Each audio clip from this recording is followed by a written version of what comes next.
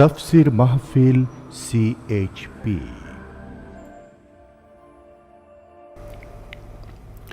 বিসমিল্লাহির রহমানির রহিম। তাফসীর মাহফিল চট্টগ্রাম 1996। 5 দিনব্যাপী ঐতিহাসিক তাফসীরুল কোরআন মাহফিলের তৃতীয় দিনে এখন প্রধান অতিথির বক্তব্য রাখছেন বিশ্বনন্দিত মুফাসসিরে কোরআন আল্লামা দেলাওয়ার হোসাইন সাঈদী। শব্দধারণ মাহসিন সাউন্ড সিস্টেমস, প্রযোজনায় CHP, পরিবেশনায় স্পন্দন অডিও ভিজুয়াল সেন্টার। শুধু তাফসীর মাহফিল CHP চ্যানেলে এখন আল্লামা সাঈদীর মূল্যবান আলোচনা দেখতে পাবেন।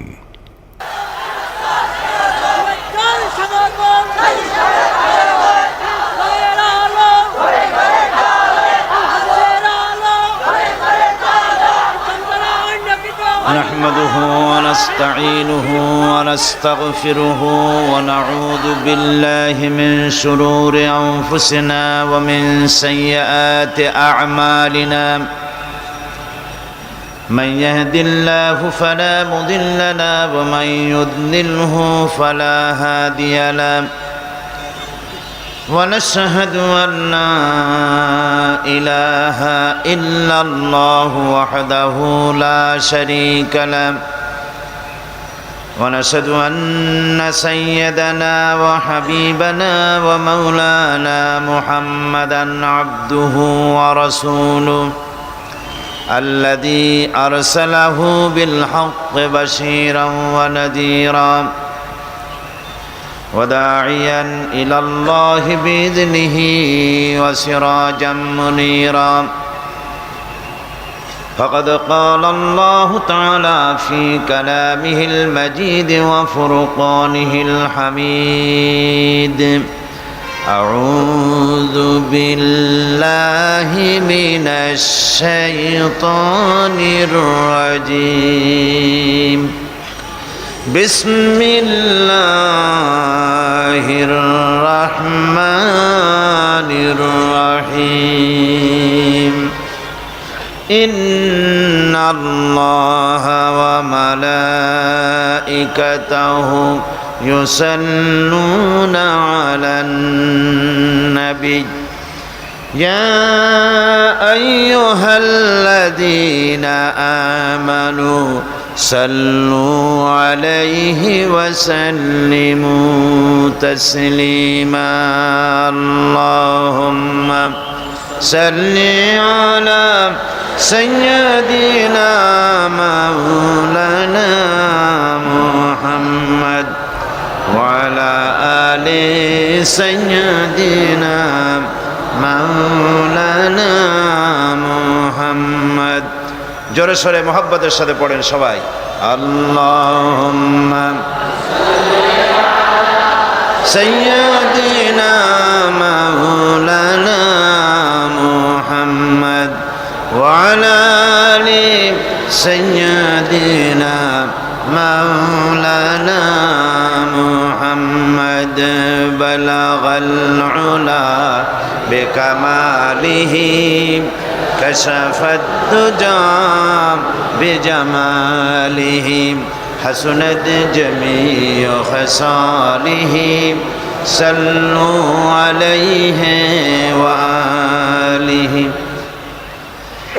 पिलाए साक़िए कौसर ने मुझको जाम वहदत का हो सीना हमारा खजाना उसकी नात मदाहत का बलगल उला बेकमालिही कशफत दुजा बिजमालिही हसनत जमीउ खसालिही सल्लू अलैहि। मदीना जाने वालों बहर हक़ इस अर्ज को सुन लो, जरा समा जरा कह दो हमारे दिल की हालत का बलगल उला बिकमालिही كشف الدجى بجماله حسنت جميع خصاله صلوا عليه الہی بخش دے ہم کو گناہوں میں بھرا ہو ہے امید تیری رحمت کی اور شفاعت حضور کا بلغ العلا بکمالہ کشف الدجى بجمالہ صلوا علیہ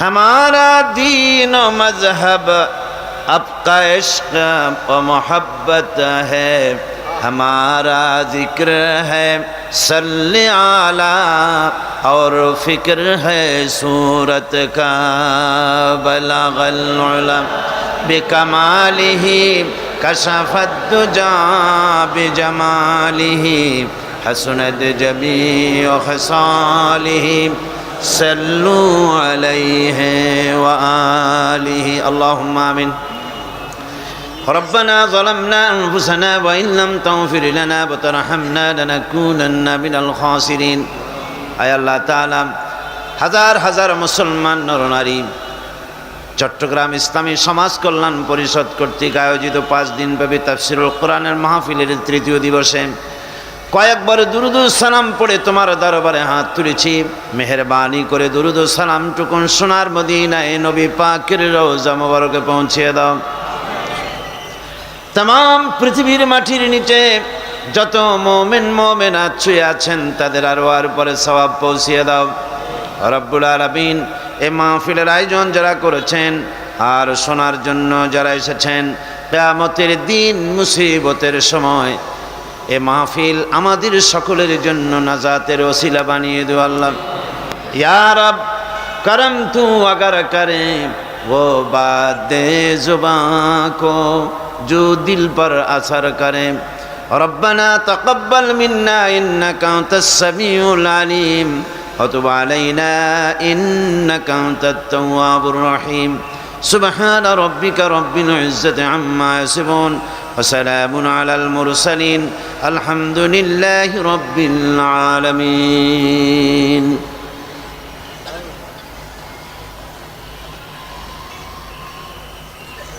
জনাব সভাপতি আল্লামা হযরত মাওলানা শামসুদ্দিন সাহেব দামাত বরকাতুহুল আলিয়া সম্মানিত সুধীমণ্ডলী উপস্থিত এলাকাবাসী এবং দূর দূরান্ত থেকে পার্শ্ববর্তী দেশ থেকে আগত সম্মানিত ভাই আর পর্দার আড়ালের বোনেরা আসসালামু আলাইকুম ওয়া রাহমাতুল্লাহি ওয়া বারাকাতুহু আমরা আল্লাহ সুবহানাহু ওয়া তাআলার দরবারে লাখো কোটি শুকর আদায় করছি যে মহান আল্লাহ তাবারক ওয়া তাআলা চট্টগ্রাম ইসলামী সমাজ কল্যাণ পরিষদ কর্তৃক আয়োজিত ঐতিহাসিক তাফসীরুল কোরআন মাহফিলের আজকের তৃতীয় দিবসে আমাদেরকে উপস্থিত হওয়ার তৌফিক এনায়েত করলেন সেই আল্লাহ রব্বুল ইজ্জত ওয়াল জালালের দরবারে আমরা শুকরিয়া আদায় করছি আমরা সকলে পড়ছি আলহামদুলিল্লাহ রব্বানা লাকাল হামদ হামদান কাসীরান তাইয়িবান মুবারাকান ফীহি মহান মাবুদের দরবারে আমরা শুকরিয়া আদায় করে নিলাম যেহেতু তিনি দয়া করে এই বিশ্ববাসীর জন্য সর্বশ্রেষ্ঠ নিয়ামত যেটা দান করেছেন তার নাম হচ্ছে কোরআনে কারীম সে কোরআনে কারীমের আলোচনা শোনার জন্য আসার তৌফিক দিলেন বলার তৌফিক দিলেন পরিবেশ তৈরি করলেন এজন্য মাবুদের দরবারে শুকরিয়া আদায় করতেই হয় এখন বোধহয় পৌষ মাস চলছে নাকি শীত যেমনটি হওয়ার কথা ছিল সেরকম শীত হলে মানুষের জন্য যাতায়াতে বেশ কষ্ট হতো। আল্লাহ রাব্বুল আলামিন সেদিক থেকেও একটি সুন্দর পরিবেশ তৈরি করেছেন। কোরআনে কারীম আল্লাহ সুবহানাহু ওয়া তাআলা এই পৃথিবীর বুকে অবতীর্ণ করেছেন, নাজিল করেছেন এই জন্যে যে কোরআনে কারীম দিয়ে একটি সমাজ গড়া হবে, একটি রাষ্ট্র গড়া হবে। কোরআন শুধুমাত্র তেলাওয়াতের জন্য নয়, এটা অন্যান্য ধর্মীয় পুস্তকের মতো একটি ধর্মীয় পুস্তক শুধুমাত্র নয়। যেমন ইসলাম গতানুগতিকভাবে প্রচলিত অর্থে অন্যান্য ধর্মের মতো শুধুমাত্র একটি ধর্মই নয়, কোরআন অন্যান্য ধর্মীয় পুস্তকের মতো প্রচলিত অর্থে একটি শুধুমাত্র ধর্মীয় পুস্তক নয়। আবার উল্টা বুঝবেন না,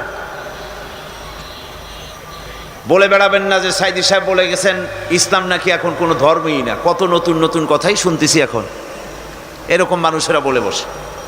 কথাটি কি বললাম সেটি স্মরণ রাখা দরকার। অন্যান্য ধর্মগুলি যেমন ধর্ম, শুধুমাত্র ধর্ম প্রচলিত অর্থে, ইসলাম তেমন গতানুগতিকভাবে শুধুমাত্র একটি ধর্মের নাম নয়। ইসলাম হচ্ছে একটি পূর্ণাঙ্গ জীবন ব্যবস্থার নাম। আমি যদি জিজ্ঞেস করি হিন্দু ধর্ম কাকে বলে, আপনারা কি বলবেন? বলবেন 12 মাসে যারা 13 পূজা করে, যাদের 33 কোটি দেবতা রয়েছে, যারা মন্দির বানায়, মূর্তি বানায়, এগুলিকে পূজা করে, সরস্বতী, লক্ষ্মী পূজা, দুর্গা পূজা ইত্যাদি যারা করে, এরকম একটা জাতির নাম হলো এটাই। এই ধর্ম যারা পালন করে এটাকে হিন্দু ধর্ম বলা হয়। খ্রিস্টান ধর্ম কাকে বলা হয় যদি জিজ্ঞেস করা হয়, আপনি বলবেন যারা রবিবার দিন গির্জায় যায় এরা হচ্ছে খ্রিস্ট ধর্মের লোক। ইহুদি যারা শনিবার দিন তাদের সিনাগোতে যায়, মাথায় একটা লবণের বাটির মতো মাথার উপরে রেখে দেয়, এগুলো ইহুদি ধর্মের। অনুরূপভাবে যদি প্রশ্ন করা হয় যে ইসলাম কাকে বলে, আপনি যদি জবাব দেন যে ইসলাম বলা হয় সেই ধর্মকে যে ধর্মের মধ্যে 5 ওয়াক্ত নামাজ আছে, হজ আছে, যাকাত আছে, এগুলি মিলাইয়াই ইসলাম ধর্ম। এই ব্যাখ্যাটা যদি দেন ওই হিন্দু, খ্রিস্টান, বৌদ্ধ ধর্মের মতো, তাহলে ইসলামের ব্যাখ্যাটা কি হলো? বলেন সবাই, হলো এই ব্যাখ্যা? এ ব্যাখ্যা পূর্ণ হলো না।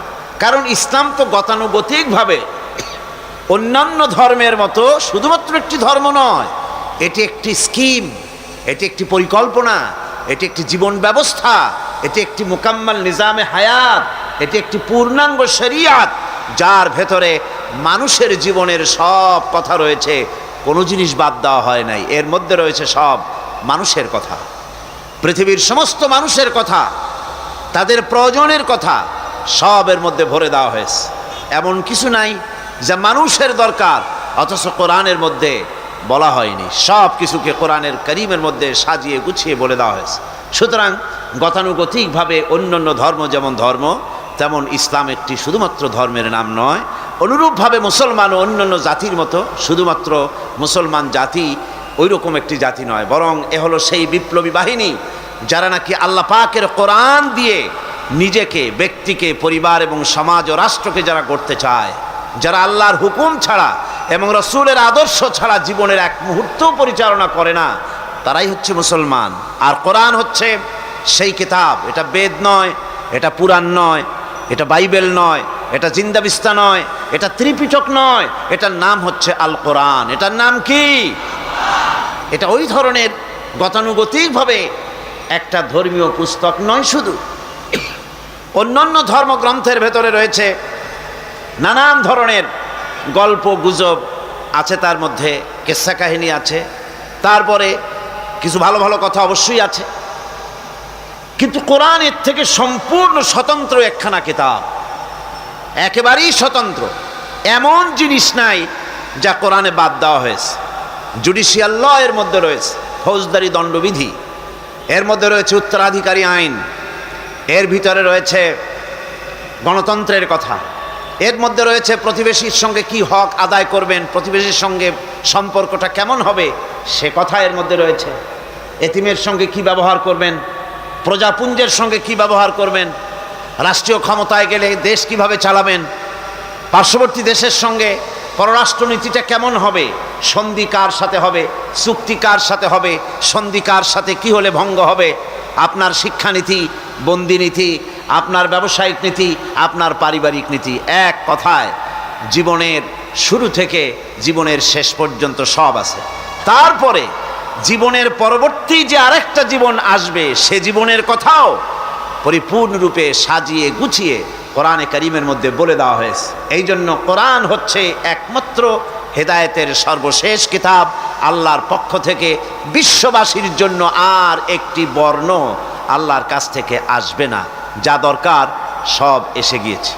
বিজ্ঞান যতই নতুন নতুন আবিষ্কার দিয়ে পৃথিবীবাসীকে চমৎকৃত করবে, পৃথিবী যত মডার্ন হবে, কোরআনকে মডার্ন করার কোনো জরুরত নাই। যত বিজ্ঞান, দর্শন, আধুনিকতা যতই আসবে, সব এতিমের মতো, ভিক্ষুকের মতো চিরটা কাল কোরআনের দরজায় তারা হাত পেতে দাঁড়াবে। কোরআন কারো দরজায় যাবে না। এটা হচ্ছে সেই কালাম। যেহেতু কোরআন এসছে এমন এক মহান সত্তার কাছের থেকে, যার কাছে অতীতকাল বলে কোনো কাল নাই, যার কাছে ভবিষ্যৎকাল বলে কোনো কাল নাই, যার কাছে সবটাই বর্তমান কাল, তিনিই তো দিয়েছেন কোরআন। তাই কোরআনের ভিতরে কোনো কমতি নাই, কোরআনের ভিতরে কোনো অসম্পূর্ণতা নাই। কোরআন কমপ্লিট, মুকাম্মাল, মানুষের জীবনের সারা জীবনের পরিকল্পনা আল্লাহ পাক কোরআনে কারীমের মধ্যে সাজিয়ে গুছিয়ে বলে দিয়েছেন। সুতরাং আপনাদের সামনে যে আলোচনা আমি করতেছিলাম, পত্রিকায় দেখেছি সাংবাদিক ভাইরা লিখেছেন সূরা বাকারার 3য় রুকু। আসলে সূরা বাকারার 2য় পারার 3য় রুকু এটা। আর সূরা বাকারার 3য় রুকু যদি লেখা হয়, তাহলে কিন্তু লোকেরা যারা পত্রিকা পড়বে তারা খুঁজে গিয়ে আলোচনার সাথে মিল করতে পারবে না। এটা হচ্ছে সূরা বাকারার 2য় পারার 3য় রুকু আলোচনা করেছি, যেটা শুরু হয়েছে গত বছর। আর এবছরও আমরা সেখান থেকেই বাকি অংশ আলোচনা করছি। যথারীতি কালকে যেখান থেকে ছেড়েছিলাম সেখান থেকে আলোচনা শুরু করা যাক ইনশাআল্লাহ। ওমা তৌফিকি ইল্লা বিল্লাহ আলাইহি তাওয়াক্কালতু ওয়া ইলাইহি উনীব। আল্লাহ পাক ইরশাদ করছেন, লাইসাল বিররা আন তুওয়াল্লু ওয়ুজুহাকুম কিবালাল মাশরিকি ওয়াল মাগরিবি ولكن البر من آمن بالله واليوم الآخر والملائكة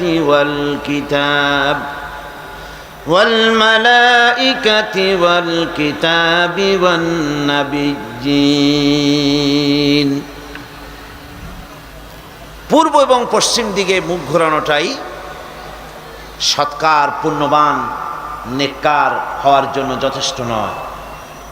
পুণ্যবান হওয়ার জন্য, নেককার হওয়ার জন্য শর্ত হচ্ছে আল্লাহ পাকের উপর ঈমান, পরকালের উপরে বিশ্বাস, ফেরেশতা এবং কিতাবের উপরে বিশ্বাস, আর নবীদের উপরে বিশ্বাস।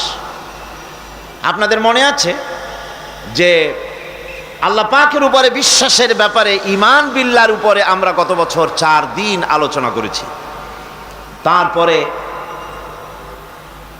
শবে মেরাজ এসে যাওয়ার কারণে সেই রাত্রে মাঝখান থেকে আখিরাত, মালাইকার কিতাব ছেড়ে দিয়ে আমরা নবীদের আলোচনা করেছিলাম, মেরাজের কিছু আলোচনা করেছিলাম। আবার আজকেও বোধহয় সেই মেরাজের রাত, আলহামদুলিল্লাহ পড়ে, আজকেও সেই মেরাজের রাত।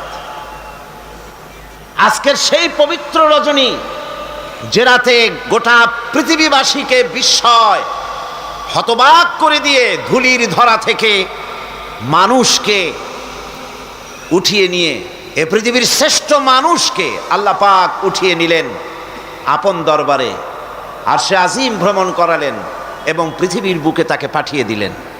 এটা ছিল গোটা বিশ্ববাসীর জন্য সর্বকালের, সর্বযুগের সর্বশ্রেষ্ঠ বিস্ময়, মহাবিশ্বের মহাবিস্ময় মেরাজ। কি করে মাটির মানুষ, কি করে জড় পদার্থ, মানুষ, ওজনওয়ালা জিনিস, মাধ্যাকর্ষণ শক্তি পাড়ি দিয়ে, তারপরে মহাশূন্য পাড়ি দিয়ে আরশে আজিমে গেল। এটা ছিল বিশ্ববাসীদের জন্য সবচাইতে বড় আশ্চর্যের বিষয়। কিন্তু বিজ্ঞানের আবিষ্কার হতে হতে যখন রকেট যেতে লাগলো মহাশূন্য পাড়ি দিয়ে, মাধ্যাকর্ষণ শক্তি পাড়ি দিয়ে, তখন তারা বুঝতে পেরেছে, মাথায় ঢুকেছে যে আমরা সাধারণ মানুষ হইয়া আমরা যদি এ ধরনের টনকে টন ওজনের এত বড় রকেট যদি পাঠাইতে পেরে থাকি, তাহলে আল্লাহ সুবহানাহু ওয়া তাআলা তার শ্রেষ্ঠ বান্দাকে তিনি আপন দরবারে নিয়েছেন। এতে আপত্তি করার আর চিন্তা করার কোনো বিষয় না। তবে বিষয়টা রহস্যজনক থেকেই যাবে, কিয়ামত পর্যন্ত মানুষের কাছে বিস্ময়, একটা বিরাট বিস্ময় হয়ে থাকবেই। কারণ মানুষের মাথার ভেতরে এই জিনিসটা ঢুকবে না যে কি করে রাতের একটি অংশে মসজিদুল হারাম থেকে মসজিদুল আকসা পর্যন্ত এনে ইসরা করিয়ে ওখান থেকে মেরাজ হলো, মহাশূন্য পাড়ি দিলেন, 7 আকাশ পাড়ি দিলেন, আরশে আজিমে গেলেন, আল্লাহর সঙ্গে কথাবার্তা বললেন, জান্নাত ও জাহান্নাম দেখলেন, আবার হযরত মুসা আলাইহিস সালামের সঙ্গে দেখা হলো, নামাজের কথাবার্তা হলো, আবার আল্লাহর সঙ্গে কথাবার্তা হলো, ইত্যাদি শেষ করে যখন ঘরে ফিরেছেন, এসে দেখেন যে দরজা থেকে বেরিয়েছিলেন সে দরজায় তখনও কাঁপন, যে উজু করে গিয়েছিলেন সে পানি তখনও গড়াচ্ছে, যে বিছানায় শোয়া থেকে উঠে গিয়েছিলেন তাও মানব পরশে বিছানা যেভাবে উষ্ণ হয় সেভাবে বিছানাটা তখনও উষ্ণ ভাব রয়ে গেছে। এটা কেমনে হইল? এটা হইল কেমনে? মানুষের মাথায় ঢুকবে না। সেজন্য আল্লাহ রাব্বুল আলামিন এই ঘটনা যেখানে আলোচনা করেছেন সেখানে শুরুই করেছেন এভাবে, সুবহানাল্লাযী আসরা বিআবদিহি লাইলাম মিনাল মাসজিদিল হারামি ইলাল মাসজিদিল আকসা। আল্লাহ ইচ্ছে করলে তো আলহামদুলিল্লাহিল্লাযী আসরা বিআবদিহি বলতে পারতেন। আলহামদুলিল্লাহিল্লাযী আসরা বিআবদিহি বললে তো অসুবিধা ছিল না। সুবহানাল্লাযী বলা হলো কেন? এই জন্য বলা হয়েছে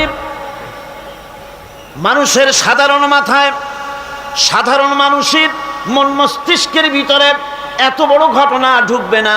সেই জন্য রব্বুল আলামিন বলছেন, দুনিয়ার মানুষেরা শোনো, ঘটনা তো ঘটায়ছেন এমন সত্তা যিনি সুবহানা, যিনি হচ্ছেন দুর্বলতা, অক্ষমতা সব কিছু থেকে যিনি ঊর্ধ্বে, যার কোনো দুর্বলতা নাই, যার কোনো অক্ষমতা নাই, তিনি তো এই ঘটনাটা ঘটিয়ে দিয়েছেন। তার বান্দাকে মসজিদুল হারাম থেকে মসজিদে আকসায় নিয়ে এসেছেন, রাতের একটি অংশ।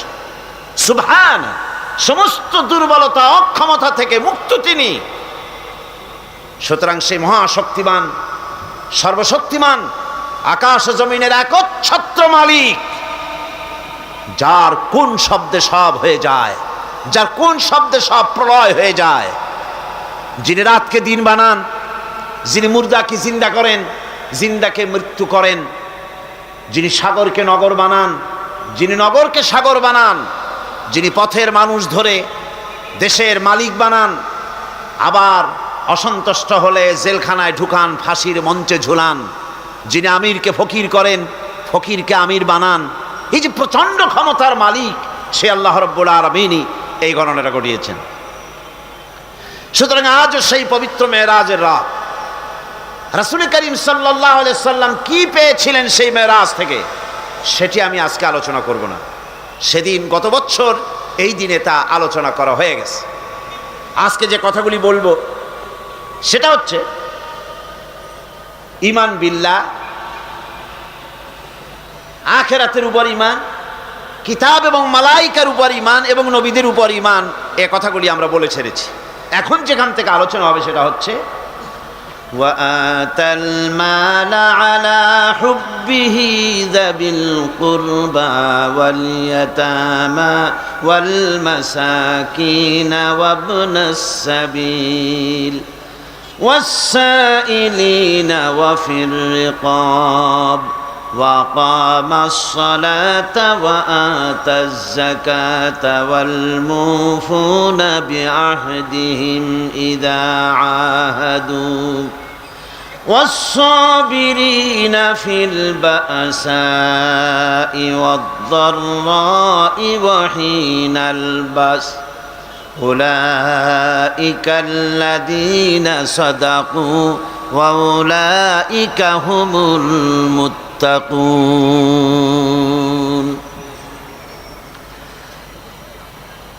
আল্লাহ পাকের প্রেমে উদ্বুদ্ধ হয়ে যারা নিজের প্রাণ প্রিয় সম্পদকে, ধনকে, সম্পদকে যারা এতিম, মিসকিন, নিকটবর্তী আত্মীয় স্বজন, প্রবাসী, পথচারী, সাইল, কৃতদাসের মুক্তির জন্যে যারা দান করে, প্রিয় ধনসম্পদ যারা আল্লাহর রাস্তে এভাবে দান করে দেয়, নামাজকে প্রতিষ্ঠা করে, যাকাতকে আদায় করে, ওয়াদাকে পালন করে, আর বিপদ ও মুসিবতে ধৈর্য ধারণ করে, এরাই হচ্ছে সত্যাশ্রিত, এরাই হচ্ছে তাদের দাবিতে সত্যবাদী, ইমানের দাবিতে এরা হচ্ছে সত্যবাদী, আর এরাই হচ্ছে মুত্তাকি। আজকে আমি আপনাদের সামনে যে আলোচনাটা করব সেটা হচ্ছে এই ব্যাপারটি, আল্লাহ পাকের মহব্বতে উদ্বুদ্ধ হয়ে যারা এতিম এবং মিসকিনকে যারা দান করে, আত্মীয় স্বজন, গরিব আত্মীয় স্বজন, অসহায় প্রতিবেশী, পথচারী, এদের জন্য যারা সাহায্য করে। কারণ হচ্ছে ইসলাম তো শুধু নামাজ রোজার কথাই বলেনি, ইসলাম মানুষের জীবনের সকল দুঃখ দুর্দশার দিকে লক্ষ্য রেখেছে। যারা বোঝে না তারা ইসলামকে শুধুমাত্র একটি ধর্ম মনে করে, আর ইসলামের যে অর্থনীতি আছে, সমাজনীতি আছে, এটা তারা বুঝতে পারে না।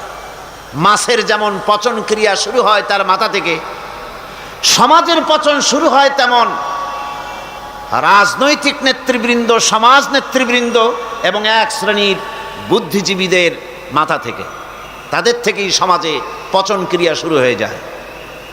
এই শ্রেণীর লোকদের দাবি হলো ধর্ম আর অর্থনীতি সম্পূর্ণ দুই প্রান্তিক দিকে বাস করে। ধর্ম এক জিনিস আর অর্থনীতি হচ্ছে আর এক জিনিস, রাজনীতি হচ্ছে ভিন্ন জিনিস। তারা জানে না যে ইসলাম হচ্ছে পূর্ণাঙ্গ জীবন বিধান। আল্লাহ পাক বলছেন এই কোরআনকে যারা অনুসরণ করবে তাদের তো খাওয়া পড়ার অভাব হওয়ার কথা না।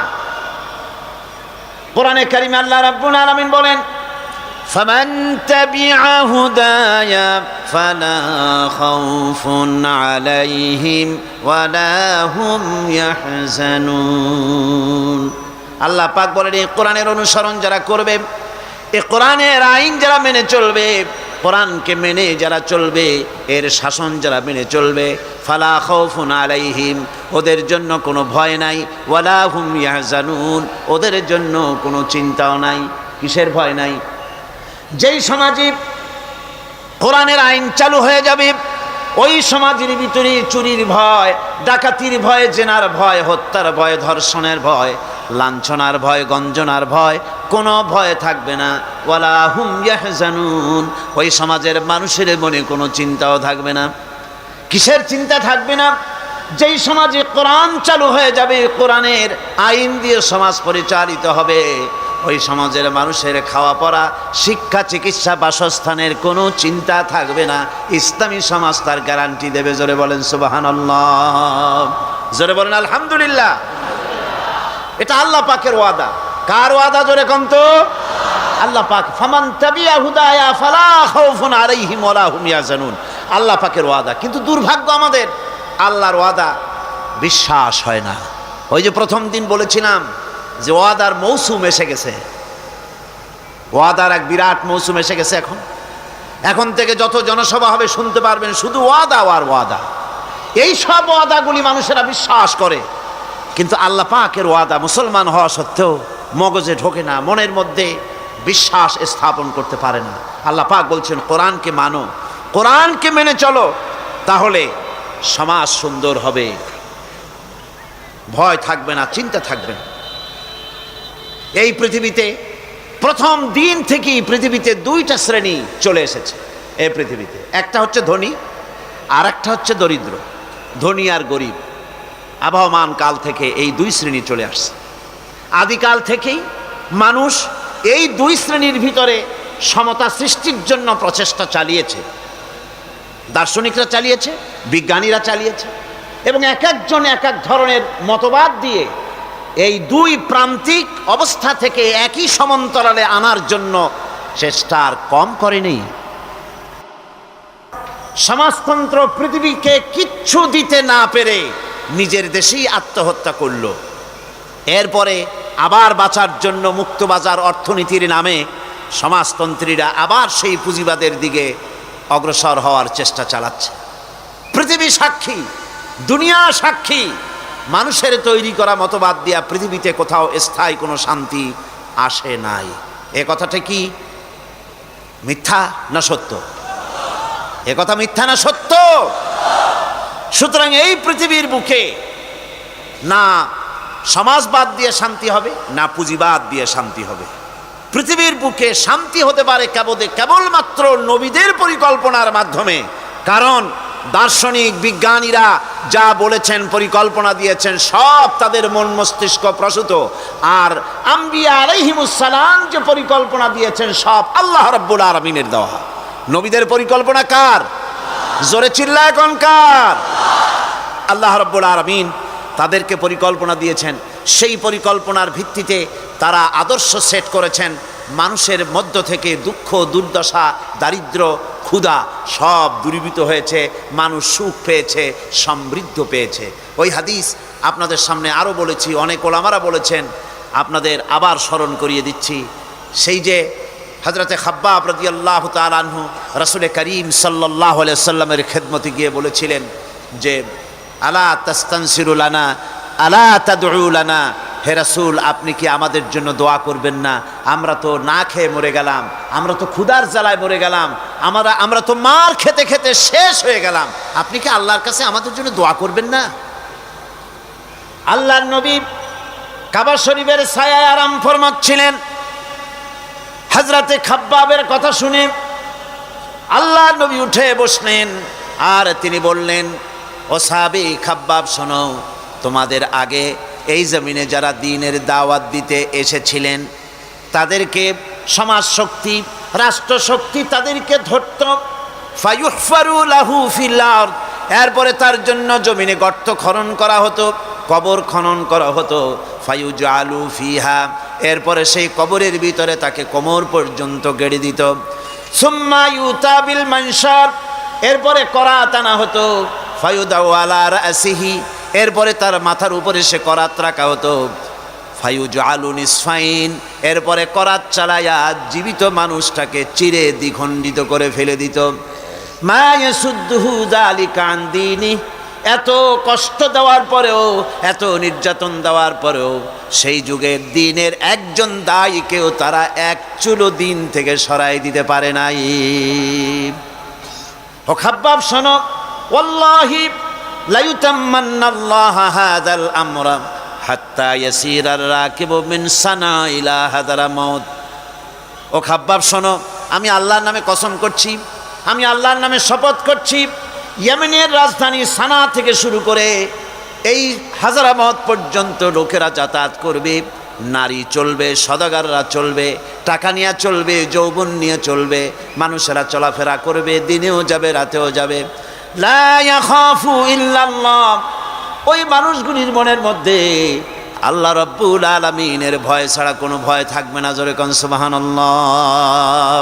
ওয়ালাকিন্নাকুম তাস্তাজিলুন, বরং তোমরা বড্ড তাড়াহুড়ো করছো। অপেক্ষা করো, তাড়াহুড়ো করো না, অপেক্ষা করো।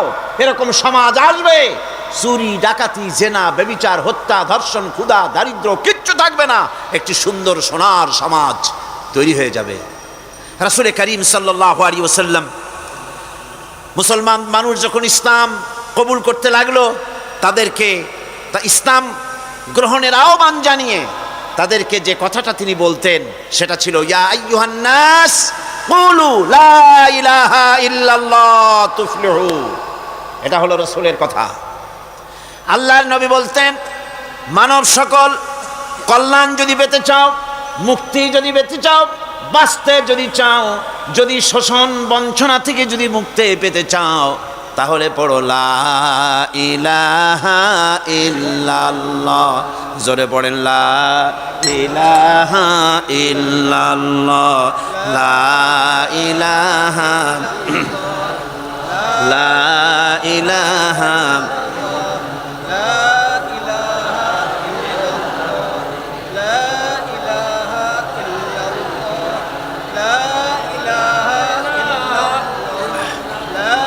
লা ইলাহা ইল্লাল্লাহু মুহাম্মাদুর রাসূলুল্লাহ। এই কালেমা পড়ো, এই কালেমা ঘোষণা দাও, এটার অনুসরণ করো, নাজাত পাবে। মানুষের জীবনে প্রকৃত কল্যাণ লাভের পথে দুটি অন্তরায়, দুটি বাধা। তার একটি বাধা হচ্ছে তার ভীতি, ভয়, শক্তিশালীদের ভয়, অত্যাচারীদের ভয়। আর একটা হচ্ছে ক্ষুধা। প্রকৃত কল্যাণ লাভের পথে মানুষের অভাব অনটনের ভয়, ক্ষুধা দারিদ্র্যের ভয় এবং অত্যাচারের ভয়, এই দুইটি ভয় মানুষের মধ্যে সেই প্রথম দিন থেকেই চলে এসেছে। ইসলাম প্রচারের প্রথম অধ্যায় আল্লাহ রাব্বুল আলামিনের বন্দিগির দাওয়াত দিয়ে নবী করিম সাল্লাল্লাহু আলাইহি সাল্লাম বলেছেন, এই ক্ষুধা আর ভয়, এই দুটি জিনিসকে দূর করে দেওয়ার মতো পরিকল্পনা আল্লাহ পাক দিয়েছেন। আজও পৃথিবীতে আমাদের সমাজে এই দুইটা জিনিসেরই ভয়। কয়টা জিনিসের ভয়? একটা হচ্ছে ক্ষুধা, আর একটা হচ্ছে ভীতি। মানুষ সমাজে, বাজারে, স্কুলে, বিশ্ববিদ্যালয়, শিক্ষাঙ্গনে কোনো জায়গায় আরামে বসবাস করতে পারছে না। মাহফিল এসছেন, নিশ্চিন্ত মনে ফিরে যেতে পারবেন। আপনার ছেলে বিশ্ববিদ্যালয়ে পড়াশোনা করছে, জীবন নিয়ে বাড়ি ফিরতে পারবে। আপনার মেয়ে কলেজে গিয়েছে, তার ইজ্জত নিয়ে, সম্ভ্রম নিয়ে ফিরে আসতে পারবে, এ গ্যারান্টি আজ আর কেউ দিতে পারে না। সত্য কিনা বলেন? নবীজির কাছে আল্লাহ রাব্বুল আলামিন কোরআনে কারীমের আয়াত নাজিল করলেন, নবীজিকে শোনায় দিলেন। এই দুটো জিনিসের গ্যারান্টি ইসলাম দিচ্ছে, আল্লাহ পাক দিচ্ছেন। তা হলো এই ফালইয়াবুদু রাব্ব হাযাল বাইত। ক্ষুধার সময় যদি খেতে চাও, ক্ষুধার সময় যদি পেট পুরে খেতে চাও, আর বিপদের সময় যদি নিরাপত্তা চাও, আরামে যদি ঘুমাতে চাও, তাহলে কি করো? ফালিয়াবুদু রাব্ব হাযাল বাইত। এই ঘরের মালিকের ইবাদত করো। কোন ঘর? আল্লাহর ঘর। এ ঘরের মালিক কে? আল্লাহ সুবহানাহু ওয়া তাআলা। এ ঘরের মালিকের ইবাদত করলে কি হবে? আল্লাহ রাব্বুল আলামিন বলেন, আল্লাযী আত'আমাহুম মিন জু'ইন ওয়া আমানাহুম মিন খাউফ। এ ঘরের মালিকের ইবাদত করলে পরে তিনি ক্ষুধার সময় খেতে দিবেন, আর ভীতির সময় তোমাদেরকে নিরাপত্তা দান করবেন। যদি পেট ভরে খেতে চাও, আল্লাহর ইবাদত করো, গোলামি করো। আর যদি তোমরা বিপদের সময় নিরাপত্তা লাভ করতে চাও, তাহলে তোমাদেরকে সেই আল্লাহ পাকের ইবাদত করতে হবে। সমস্ত রকমের বিপদ থেকে, মুসিবত থেকে, ভয় থেকে তিনি তোমাদেরকে আশ্রয় দিবেন। সুতরাং আল্লাহর প্রতি ঈমান আনতে হলে শুধু সেজদা দেওয়াই যথেষ্ট নয়। এখানে আল্লাহ পাক বলছেন কোরআনে কারীমের ভেতরে, তিনি যে পরিকল্পনা দিয়েছেন তা হচ্ছে এই, শুধু সেজদা দিলেই কাজ হবে না, শুধু পূর্ব পশ্চিমে কতবার মাথা ঘুরলে এটাই যথেষ্ট নয়, বরং সমাজের এতিম, মিসকিন, বিধবা, অনাথ, অনাথিনী, ঋণগ্রস্ত যে সমস্ত মানুষ আছে তাদের সাহায্য করতে হবে, তাদের সাহায্যে এগিয়ে আসতে হবে। অন্যথায় আল্লাহ এবং তার দ্বীনের প্রতি ঈমান মিথ্যা বলে প্রমাণিত হবে।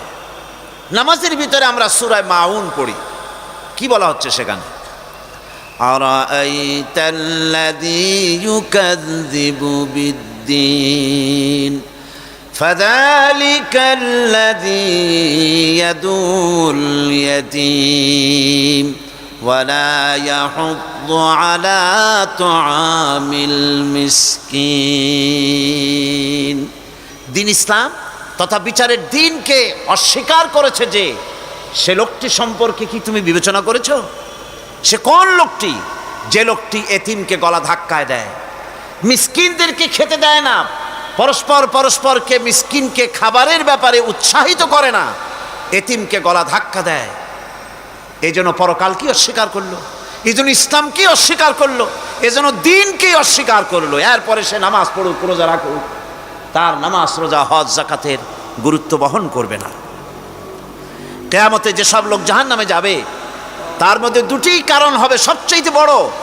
একটা হচ্ছে আল্লাহর প্রতি ঈমান না আনা, আর একটা হচ্ছে এতিম মিসকিনদেরকে খেতে না দেওয়া। এদের শাস্তি কিরকম হবে? আল্লাহ রাব্বুল আলামিন বলেন,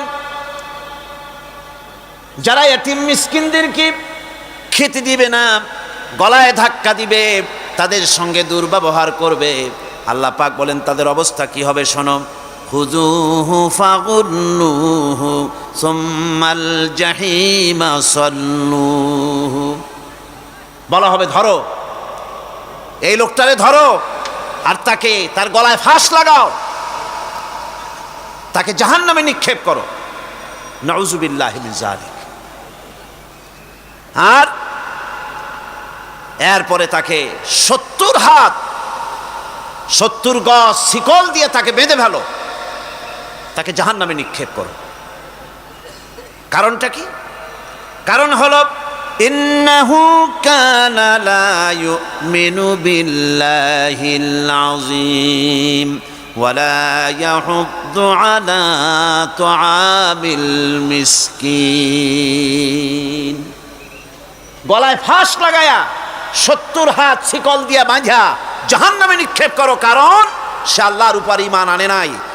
আর এতিমদেরকে, মিসকিনদেরকে খাবারের ব্যাপারে পরস্পরকে উৎসাহিত করে নাই, নিজেও খাওয়ায় নাই, আরো একজনকে উৎসাহিতও করে নাই। কিয়ামতে জাহান্নামে যারা যাবেন, জাহান্নামে যাওয়ার যতগুলি কারণ থাকবে তার মধ্যে দুটি কারণ বড়। বলেন কয়টা কারণ বড়? আল্লাহ পাক বলতেছেন জাহান্নামীদেরকে প্রশ্ন করা হবে, ইয়াতাসাআলুনা আনিল মুজরিমিন মা সালাকাকুম ফি সাকার। জাহান্নামীদেরকে প্রশ্ন করা হবে, জাহান্নামে আসছো কেন, কি অপরাধ করে আসছো? ক্বালু লাম নাকু মিনাল মুসাল্লিনা ওয়া লাম নাকু নুতঈমুল মিসকিন। তারা বলবে যে আমরা নামাজ পড়তাম না আর মিসকিনদেরকে খেতে দিতাম না। কত বড় মারাত্মক অপরাধ লক্ষ্য করুন। নামাজ না পড়া আর মিসকিনদের খেতে না দেওয়া। জাহান্নামে যাওয়ার যত কারণ তার মধ্যে শ্রেষ্ঠ দুটি কারণ হচ্ছে এই, যারা নামাজ পড়বে না, এতিম মিসকিনদেরকে খেতে দিবে না, এবং পরস্পরকে এতিম মিসকিনকে খেতে দেওয়ার ব্যাপারে উৎসাহিত করবে না, কিয়ামতে তারা জাহান্নামে যাবে। কোথায় যাবে? খোদ রাসূলে কারীম সাল্লাল্লাহু আলাইহি ওয়াসাল্লামকে লক্ষ্য করে আল্লাহ রাব্বুল আলামিন বলেন, নবীজি আপনি এতিমদের সঙ্গে সদ্ব্যবহার করবেন, এতিমদের ব্যাপারে আপনি দায়িত্ব পালন করবেন। কারণ হলো আপনিও তো এক সময় এতিম ছিলেন, এতিমের ব্যাপারে দায়িত্ব পালন করবেন। কোরআনে কারীমে রব্বুল আলামিন বলেন, আলাম ইয়াজিদকা ইয়াতীমান ফাআওয়া। ও নবী, আমি কি আপনাকে এতিম অবস্থায় পাই নাই? আর তারপরে আমি কি আপনাকে আশ্রয় প্রদান করিনি? আপনাকে আমি এতিম অবস্থায় পেয়েছি, এরপরে আপনাকে আশ্রয় দিয়েছি। রাসূল তো এতিমদের সর্দার। পৃথিবীর কোন এতিম যেন বলতে না পারে নবীজি আমার ব্যাপারে কি বলবেন, আমি তো এতিম মানুষ, আর তিনি আমার ব্যাপারে কিভাবে আমার দরদ বুঝবেন। নবীজিকে আল্লাহ পাক কেমন এতিম বানালেন, সমস্ত দুনিয়ার এতিমদের সর্দার বানালেন। মায়ের পেটে যখন তিনি ছিলেন, 6 মাসের সময় মায়ের পেটে থাকাকালীন বাপের এতিম হয়ে গেলেন। যখন প্রসব বেদনা শুরু হয়েছে মায়ের, দুনিয়ায় যখন তিনি আসবেন, হযরতে আমেনা ঘরের ভিতরে বসে তার অবস্থাটা কি? এই সন্তান পৃথিবীতে আসতে পরে যিনি সবচাইতে বেশি খুশি হবেন তিনি তো আজ দুনিয়ায় নাই। মনের ভিতরে কত কষ্ট। আল্লাহ রাব্বুল আলামিন তার হাবিবকে দুনিয়া আনলেন। রাসূলের দাদা ঘরের সামনে, তাঁবুর সামনে দাঁড়ায়া তায়েফ থেকে আগত সাদিয়া গোত্রের লোকদেরকে বলতেছেন, এই ঘরের ভিতরে একটা এতিম বাচ্চা আছে, বেশি টাকা করি দেওয়া যাবে না, যদি দয়া হয় নিয়ে যাও। গরিব মানুষ, এতিম মানুষ দেখে শুনে কেউ আর নিতে চায় না। সবশেষে এলেন ভাগ্যবতী মেয়ে, ভাগ্যবতী মহিলা হযরতে হালিমাতুস সাদিয়া। তিনি এসেছেন, কোনো ছেলে পেলে পায় নাই, সকলের শেষে তিনি এসেছেন। আব্দুল মুত্তালিব বলছেন, এই ঘরের মধ্যে একটা এতিম বাচ্চা আছে, দয়া হলে নিয়ে যেতে পারো। তিনি স্বামীর সঙ্গে পরামর্শ করলেন, এরপরে বললেন যদি দেখতে অন্তত ভালো হয়, মন যদি ভালো লাগে নিয়ে যাব, একেবারে খালি হাতে ফিরে যাওয়ার চাইতে তো ভালো। হযরতে হালিমা বলেন, আমি ঘরের মধ্যে প্রবেশ করলাম, মা আমিনার কোল থেকে শিশু মুহাম্মদ সাল্লাল্লাহু আলাইহি ওয়াসাল্লামকে যখন আমি কোলে নিলাম, আমি হুজুরের চেহারার দিকে নজর করে দেখলাম, আমার কাছে মনে হলো যেন পূর্ণিমার চাঁদটা আমার কোলে ধরা দিয়েছে। রাসূল কি শিশু মুহাম্মদ সাল্লাল্লাহু আলাইহি ওয়াসাল্লাম কি যখন নিয়ে বাড়ির দিকে রওনা হলাম, যে গাধা আমার সকলের পেছনে এসেছে সেই গাধা এখন সকলের আগে ছুটে চলে যায়। এরপরে বাড়ি যখন নিয়ে গেলাম, কুয়ায় পানি বাড়লো, গাছে ফসল বাড়লো, খেজুর গাছে খেজুর বাড়তে লাগলো, জমিনে ফলন বেড়ে গেল। রাসূলের দুধ বোন সাইমা রাসূলকে নিয়ে মুহাম্মদ সাল্লাল্লাহু আলাইহি ওয়াসাল্লাম তাকে দোলনা নিয়ে দোল দিতেছে। কি আশ্চর্য অবস্থা! সাইমা তাকে দোল দিচ্ছে আর বলতেছে, বেঁচে থাকুক মুহাম্মদ সাল্লাল্লাহু আলাইহি ওয়াসাল্লাম, সে দীর্ঘজীবী হোক। কবি লিখতেছেন, কি আশ্চর্য কথা! বেদুইন বালিকা কারে নিয়ে দোল দেয় সে কি তা জানে? বিশ্বনবী মুহাম্মদ রাসূলুল্লাহ সাল্লাল্লাহু আলাইহি ওয়াসাল্লাম এভাবে এতিম অবস্থায় জীবন তার শুরু হলো। যখন তিনি ফিরে এলেন 6 বছর বয়সের সময়, যখন মায়ের কাছে তিনি ফিরে এসেছেন, প্রতিদিন তিনি খেলা দেখতে যান ময়দানে। ইতিহাসের মধ্যে লেখা হয়েছে, মা প্রতিদিন সন্ধ্যার সময় তাকে ফিরে পান। আজকে সন্ধ্যা হয়ে গেছে, শিশু মুহাম্মদ সাল্লাল্লাহু আলাইহি ওয়াসাল্লাম বাড়ি ফেরেন না। কারণ কি, কেন বাড়ি ফেরে না? সন্ধ্যার দিকে তিনি চলে গিয়েছেন পাহাড়িয়া ময়দানে, যে দেখেন ধুধু করতেছে চতুর্দিকে, সন্ধ্যা হয়ে গেছে, অন্ধকার হয়ে গেছে, কোনো ছেলে পেলে নাই, কেউ নাই। পাহাড়ের পাদদেশে বসে শিশু মুহাম্মদ সাল্লাল্লাহু আলাইহি ওয়াসাল্লাম কাঁদতেছেন। মা প্রশ্ন করলেন, বাবারে সন্ধ্যা উত্তীর্ণ হয়ে গেল, কেন একা একা বসে বসে কাঁদো? তিনি বলছেন, মাজি আজ কদিন খেলা দেখতে আসলাম ময়দানে, প্রতিদিন দেখি যখন সন্ধ্যা হয়ে যায় মুরব্বী শ্রেণীর কিছু লোক আসে, ছেলেকে নাম ধরে ডাক দেয়, ছেলেরা দৌড়ে তার বাবার কাছে চলে যায়, আর বাবা ছেলেকে কোলে নিয়ে মুখে চুমা দিয়ে বাড়ির দিকে নিয়ে যায়।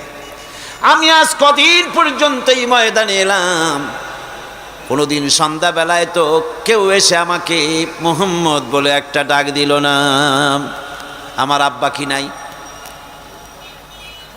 আল্লাহ রাব্বুল আলামিন বলেন, আলাম ইয়াজিদকা ইয়াতীমান ফাআওয়া। এরকম এতিম অবস্থায় পেয়ে আমি কি আপনাকে আশ্রয় দেই নাই? আপনাকে আমি পেয়েছি এতিম অবস্থায়, এরপরে আমি আপনারে আশ্রয় দিলাম। ওয়াওয়াজাদাকা দাল্লান ফাহাদা। এরপরে আমি আপনাকে পথ হারা পেলাম, আমি আপনাকে পথের দিশা দিয়া দিলাম। ওয়াওয়াজাদাকা আইলান ফাআগনা। এরপরে আমি আপনাকে দরিদ্র অবস্থায় পেয়েছি, তারপরে আমি আপনার দারিদ্র্য মুক্ত করেছি আপনাকে। সুতরাং ফাআম্মাল ইয়াতীমা ফালা তাকহার ওয়া আম্মাস সাইলা ফালা তানহার ওয়া আম্মা বিনি'মাতি রাব্বিকা ফাহাদ্দিস। সুতরাং নবী, এতিমের প্রতি নির্মম ব্যবহার করো না, এতিমের প্রতি ভালো ব্যবহার করো, নির্মমতা দেখাইও না। আর ভিক্ষুকতে ধমক দিও না, রূঢ়তা দেখিও না, আর আল্লাহর নিয়ামতের প্রশংসা করো। বহুত মানুষ আছে এতিমরে গলায় ধাক্কা দেয়। মানুষ যখন ভিক্ষা নিতে আসে, গরিব মানুষ ভিক্ষা চাইতে আসছে, ওই মেয়ে আত্মা হইতে জানো, দোয়া কুনুত জানো, বাড়ি যেয়ে কাজ করবা, এই সব আজে বাজে কথা বলিয়া ভিক্ষা দেয় না। আহা, সাহেলকে ধমক দিতে রাসূল করিম সাল্লাল্লাহু আলাইহি ওয়াসাল্লাম নিষেধ করেছেন, সাহেলকে ধমক দিও না। গাড়িতে বসে যাচ্ছেন সাহেব, ট্রাফিক মোড়ে যখন সিগন্যাল জ্বললো, গাড়িগুলি দাঁড়ায় গেল। ফকির এসেছে, হাত নাই পাও নাই, বুড়া মানুষ, একটা পয়সা বার করে না। আবার এই মানুষটি ওই ফকিরকে ধমক দিয়া বার করে দিল। এরপরে এই লোকটি যখন কোনো মাজারের কাছে পৌঁছে গেল, 500 টাকার কড়কড়ে নোটটা ফেলে দিল। বলেন টাকা দরকার কার? মরা মানুষের না জিন্দা মানুষের? কার দরকার? যার টাকা দরকার ছিল তারে দেওয়া হলো না, যার দরকার নাই তারে দেওয়া হলো। এরপরে লোকটা না খেয়ে যখন মারা গেল, পথের ফকির, রাস্তার ফকির, না খেয়ে মারা গেছে। এরপরে তার কাফনের কাপড় নাই, লোকটাকে রাস্তার উপরে শোয়া একটা ছেঁড়া কাপড় দিয়ে ঢেকে রেখেছে। বড় লোকেরা, সাহেবরা তখন গাড়ি দাঁড় করে আর 5টা টাকা 2টা টাকা করে তার লাশের উপরে মারতেছে। এটা মানবতার এর চাইতে লাঞ্ছনা, মানবতার জন্য এর চাইতে গঞ্জনা আর কিছুই হতে পারে না। মানবতার প্রতি লাঞ্ছনা, এর থেকে আর দুর্গতি কি হতে পারে? বেঁচে থাকার সময় 1টা টাকা আপনি দিলেন না, মরে যাওয়ার পর বিদায় হয়েছে বালাই, এখন দেওয়া শুরু করেছে। আমার বন্ধুগণ, এজন্য এতিমের প্রতি দরদ করার জন্য আল্লাহ পাক কোরআনের ভিতরে পরিষ্কার বলেছেন।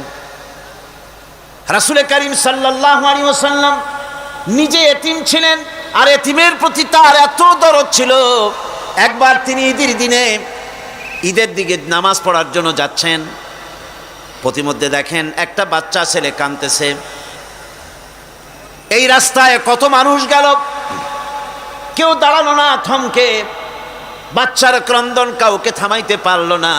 কিন্তু বিশ্ব নবী, দয়ার নবী রাহমাতুল লিল আলামিন বাচ্চার কান্না দেখে পাও বাড়াতে পারলেন না।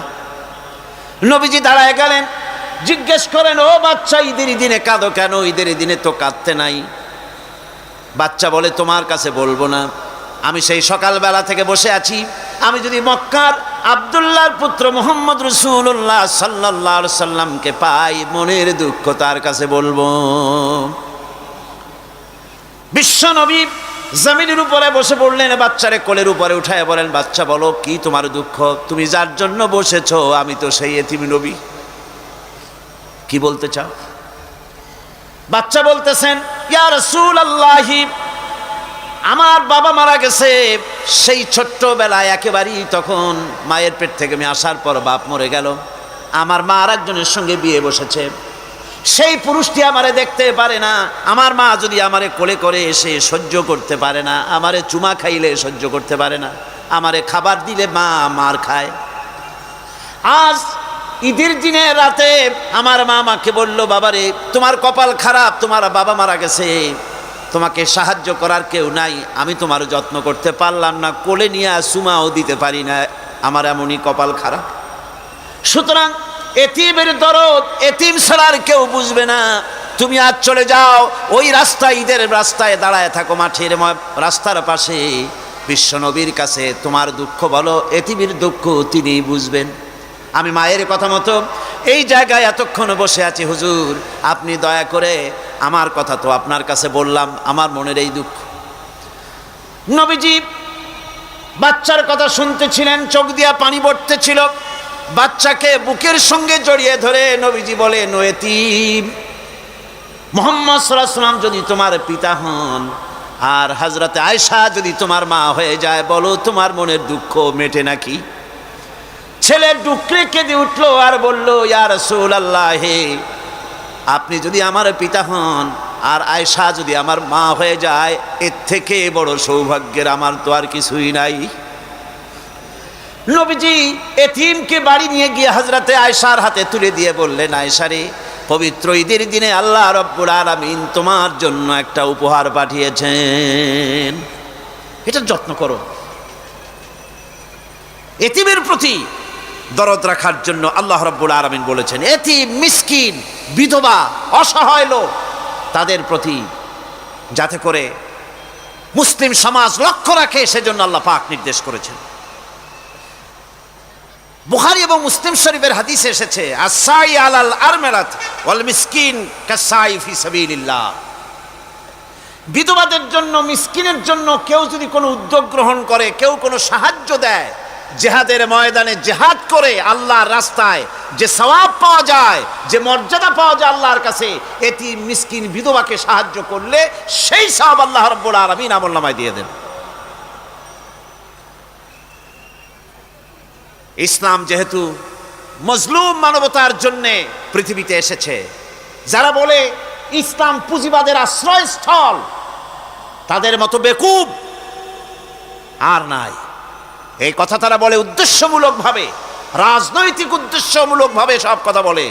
ইসলাম যদি পুঁজিবাদের আশ্রয়স্থল হবে, তাহলে তো ইসলাম সর্বপ্রথম কবুল করতো ধনীরা, কথা ঠিক কিনা কন?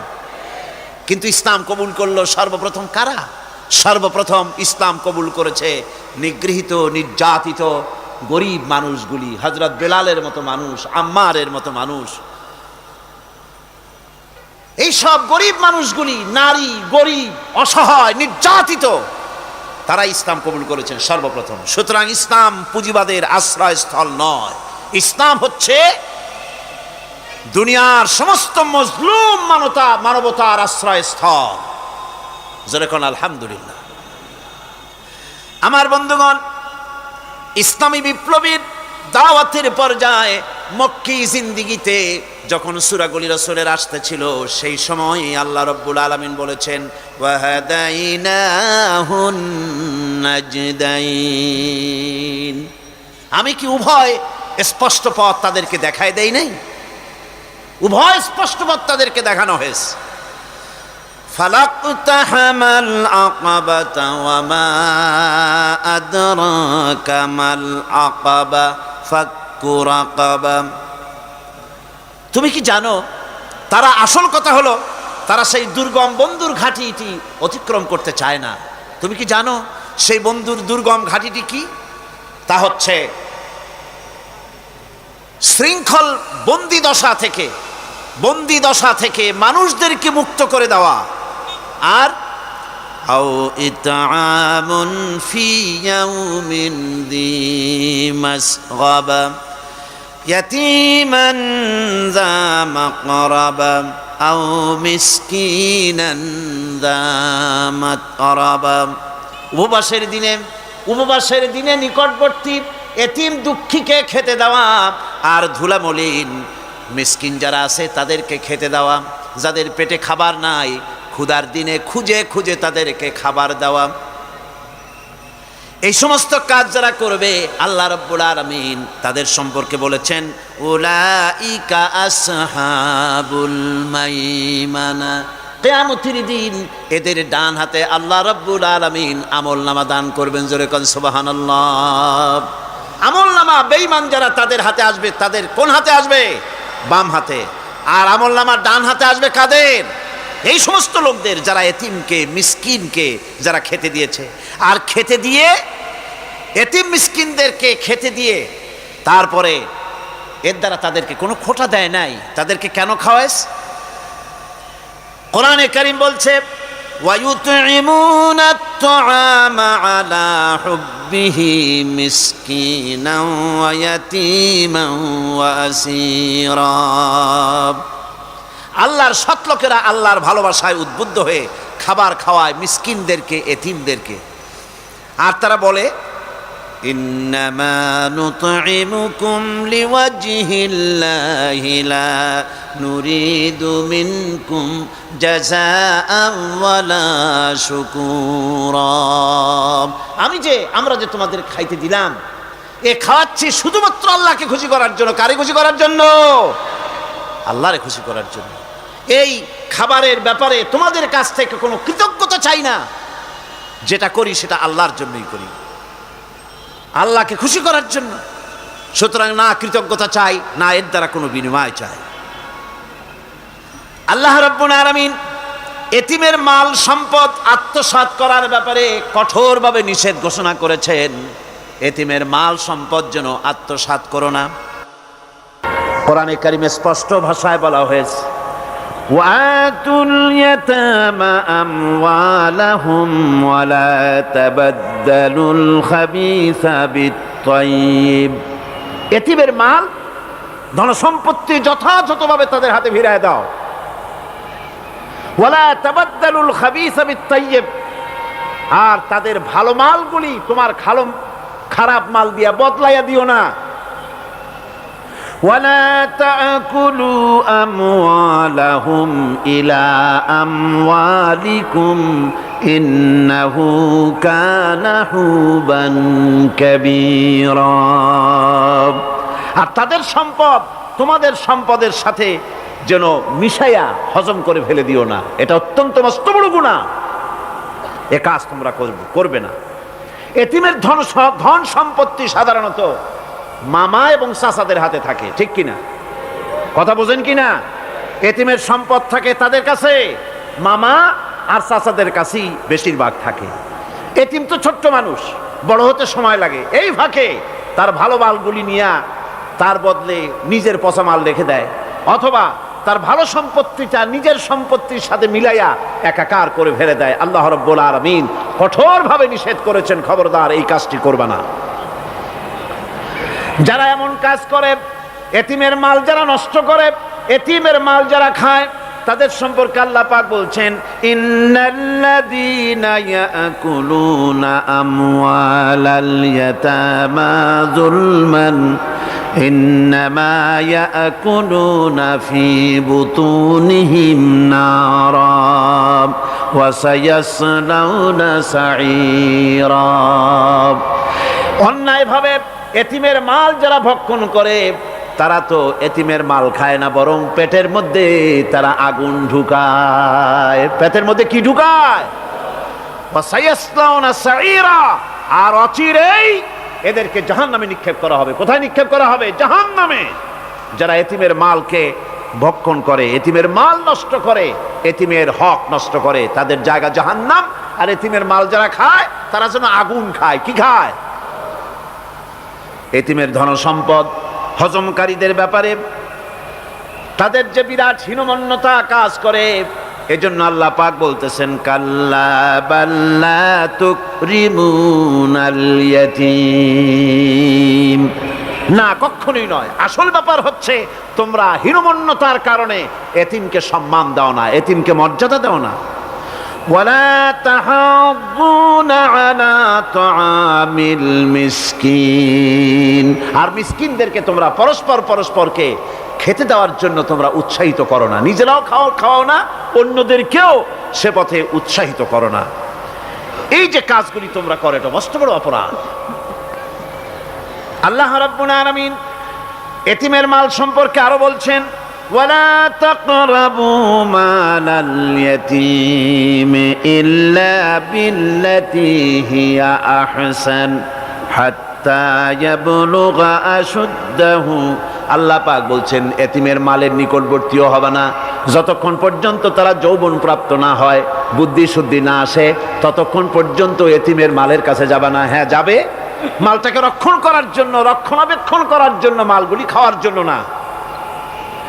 এতিমদের ব্যাপারে আল্লাহ পাক এভাবে সতর্ক করেছেন। মানুষ যখন, বাচ্চাগুলি যখন এতিম হয়ে যায়, বাচ্চা বেঁচে থাকতে, বাচ্চার বাপ মা বেঁচে থাকতে বাচ্চারে কোলে নেয়। দেখবেন বড় লোকের ছেলে দেখতে ভালো দেখা যাচ্ছে না, নাকে ময়লা, তাতে ময়লা, তারপরেও বড় লোক, সেই জন্য বাচ্চাটারে কোলে নেয়। ইচ্ছা করে না, তারপরেও তারে খুশি করার জন্য কোলে নেয়। করে না কি এরকম? এরকম করে। বাপ মা বেঁচে আছে, তখন চাচাতে মামুতে ভাগ্নাকে ভাতিজাকে আদর করে কোলে নেয়, ঘাড়ে নেয়, চুমা খায়। আর যখন বাপ মা মরে গেল, বাপ যখন মারা গেল, এই ছোট্ট বাচ্চাটি চাচার দিকে ফ্যালফ্যাল করে তাকায়, মায়ের দিকে তার মামার দিকে ফ্যালফ্যাল করে তাকায়, একটি বারের জন্য কোলে নিয়ে তখন আর আদর করে না। মনের মধ্যে তখন দুর্বিসন্ধি থাকে, এই বাচ্চা মরুক, অথবা তার সম্পদ যা আছে সম্পদগুলিকে লুটপাট করে নেয়। দেখেন এবার মিলান কথার সাথে আল্লাহ পাকের, লাইসাল বিররা আন তুওয়াল্লু ওয়ুজুহাকুম কিবালাল মাশরিকি ওয়াল মাগরিব পূর্ব পশ্চিমে কত মাথা ঘুরালে, কত সেজদা দিলে, এটাই কিন্তু পুণ্যবান হওয়ার জন্য বড় কথা নয়। বরং শর্তই হলো আগে যা বলেছি সেগুলি, আর শর্ত হলো এতিম মিসকিনদেরকে, বিধবাদেরকে, অসহায়দেরকে সাহায্য করতে হবে। এগুলি করলে তাহলে তুমি মুমিন বলে প্রমাণিত হবে, তুমি সৎ ব্যক্তি, ভালো মানুষ, নেককার, পুণ্যবান বলে আল্লাহ পাকের দরবারে তুমি প্রমাণিত হবে। এরপরে আল্লাহ পাক বলছেন ওয়াকামাস সালাতা ওয়া আতাজ যাকাত। সত্যিকারের নেককার এবং পুণ্যবান হওয়ার জন্যে নামাজ প্রতিষ্ঠা করতে হবে আর যাকাত আদায় করতে হবে। আমি নামাজটাকে মাঝখান থেকে ছেড়ে দিলাম আগামীকালের জন্য ইনশাআল্লাহ। যেহেতু এতিম মিসকিনদের কথা, সদকার কথা, দানের কথা বলছি, আর যাকাত আছে সামনে, এইটার সাথে যাকাতটারে মিলাই দিই, তাহলে কালকে শুধু নামাজের ব্যাপারে বললেই চলবে ইনশাআল্লাহ। আর নামাজ আর যাকাত এতই গুরুত্বপূর্ণ, যেটা ছাড়া ইসলামের ইমারত গড়তেই পারে না, ইসলাম থাকতে পারে না, মুসলমান থাকতে পারে না, শান্তি থাকতে পারে না, স্বাধীনতার গ্যারান্টি হতে পারে না। নামাজ, যাকাত আল্লাহ পাক যে নিয়ম করেছেন, এর উপরই মানুষের শান্তি, স্বস্তি, স্থিতিশীলতা সবটার গ্যারান্টি হচ্ছে নামাজ আর যাকাত। যেরকম সুবহানাল্লাহ। আল্লাহ রাব্বুল আলামিন যাকাতের কথা বলছেন। যাকাত হচ্ছে পবিত্র করে দেওয়া। নামাজের পর ইসলামের সবচাইতে গুরুত্বপূর্ণ ব্যাপার হলো নামাজ, নামাজের পরই গুরুত্বপূর্ণ ব্যাপার হচ্ছে যাকাত। আর ইবাদতের বেলায় সাধারণত নামাজের পরে আমরা রোজা বলি, নামাজ রোজা, কিন্তু আসল কথা হচ্ছে নামাজের পরই যাকাত। কোরআনে কারিমে এভাবেই বলা হয়েছে। নামাজ এবং যাকাত এই দুটি জিনিস হচ্ছে ইসলামের প্রধান স্তম্ভ। ইসলামী রাষ্ট্র যদি হয়, যদি দেশটা ইসলামী রাষ্ট্র হয়ে যায়, তাহলে মুমিনেরা যদি ক্ষমতায় আসে, তাহলে কি কাজ করবে? আল্লাহ রাব্বুল আলামিন কোরআনে কারীমের মধ্যে বলেছেন আল্লাযীনা ইম্মাক্কান্নাহুম ফিল আরদি আকামুস সালাত ওয়া আতাউজ যাকাত।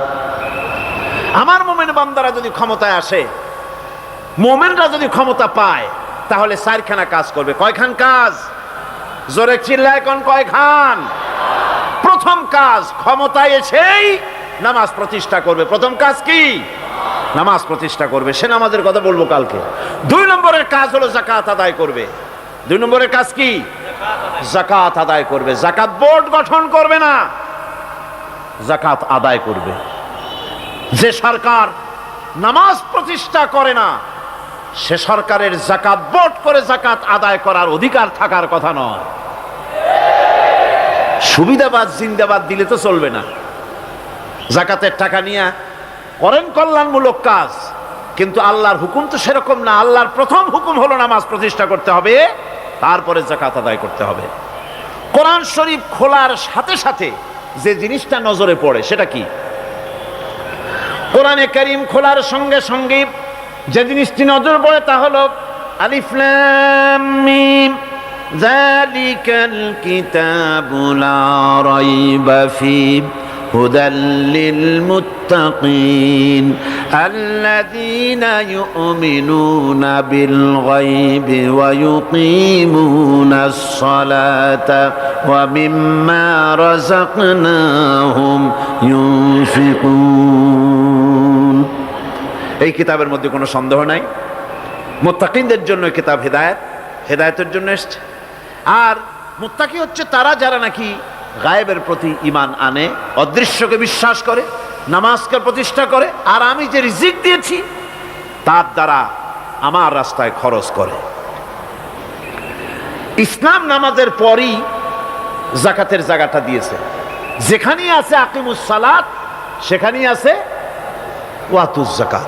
দেখছেন কি ধরনের একটা মিল? যেখানেই নামাজ প্রতিষ্ঠা করো, সেখানে যাকাত আদায় করো। তার মানে হলো নামাজ সঠিকভাবে প্রতিষ্ঠা হতেই পারে না যাকাত ভিত্তিক অর্থ ব্যবস্থা পরিচালিত হওয়া ছাড়া। কারণ একটি গরিব মানুষ, পেটে খাবার নাই, সে নামাজ পড়তে যখন দাঁড়িয়েছে, তার নিজের পেটে খাবার নাই, তার বাচ্চা অসুখে তড়পাচ্ছে, তার ছেলের পরীক্ষার ফি নাই, ফি দেওয়ার মতো পয়সা নাই, তার স্ত্রীর পরনে কাপড় নাই, নামাজ পড়তে দাঁড়িয়েছে।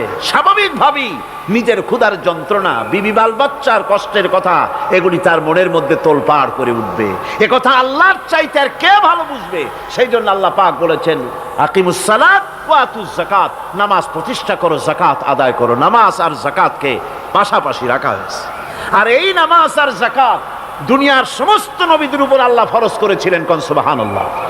এ শুধু আপনার আমার নবীর উপরে না, দুনিয়ার সব নবীদের উপরে নামাজ আর যাকাত কি ছিল? ফরজ। হযরত ইব্রাহিম আলাইহিস সালাম এবং তার বংশের নবীদের কথা উল্লেখ করার পর আল্লাহ রাব্বুল আলামিন বলছেন, ওয়াজআলনাহুম আইম্মাতান ইয়াহদুনা বিআমরিনা ওয়া আওহাইনা ইলাইহিম ফি'লাল খায়রাত ওয়া ইকামাস সালাতি ওয়া ইতাইজ যাকাত ওয়া কানু লানা আবিদিন। ওয়াজআলনাহুম আইম্মাতান, আমি সমস্ত নবীদেরকে নেতা বানাইছি। সমস্ত নবীরা কি? আর এক শ্রেণীর, কি বলবো আমি, আমার কাছে ভাষা আসতেছে না, এক শ্রেণীর ভদ্রলোক বলি, ওনারা বলেন নবীদের নেতা কওয়া যাবে না। আশ্চর্য কথা। এই আয়াতের অর্থ তারা কি করবেন? ওয়াজআলনাহুম আইম্মাতান, নবীদের কথা বলা হচ্ছে, আমি সমস্ত নবীদেরকে নেতা বানিয়েছি, তাদেরকে আমি নির্দেশ করেছি ভালো কাজের, তারা কল্যাণমূলক কাজ করবে এটা নির্দেশ করেছি, নেতা বানিয়েছি। আর তাদেরকে বলেছি কল্যাণমূলক কাজ করার জন্য, নামাজকে প্রতিষ্ঠা করার জন্য, যাকাতকে আদায় করার জন্য। আর তারা সবাই ছিল আমার অনুগত, বাধ্যগত। নবীরা সব হলেন নেতা। নবীরা কি?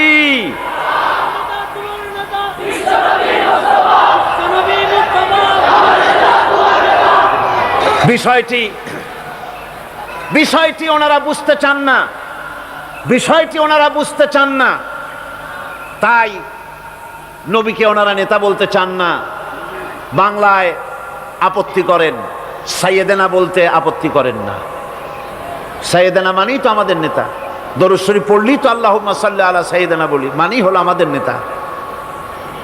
ইংরেজিতে বললে অসুবিধা নাই, উর্দুতে বললে অসুবিধা নাই, আরবিতে বললে অসুবিধা নাই, বাংলায় নেতা বললেই অসুবিধা। কেন হইল? কারা জানি স্লোগান দেয়, অমুক আমার নেতা, তোমার নেতা অমুক তমুক, সেই জন্য হুজুর সাল্লাল্লাহু আলাইহি ওয়াসাল্লাম নেতা কওয়া যাবে না। একটা কথা হইল। রাসূল করিম সাল্লাল্লাহু আলাইহি ওয়াসাল্লাম নবীরাই যদি নেতা না হন, তাহলে নবীরা কি অনুসারী? নাউযুবিল্লাহি মিন যালিক। রাসূলকে বলা হয় ইমামুল মুরসালিন। আমাদের হুজুরকে কি বলা হয়? আমাদের রাসূলকে কি বলা হয়? ইমামুল মুরসালিন। মানে কি? সমস্ত নবীদের নিয়ে উনি নামাজের, সমস্ত নবীরা একটা মসজিদে নামাজ পড়তেন, উনি সেখানে ইমামতি করতেন নাকি? না, সমস্ত নবীদের তিনি ইমাম, নেতা। সুবহানাল্লাহ। সুতরাং এটা এক ধরনের মূর্খতা।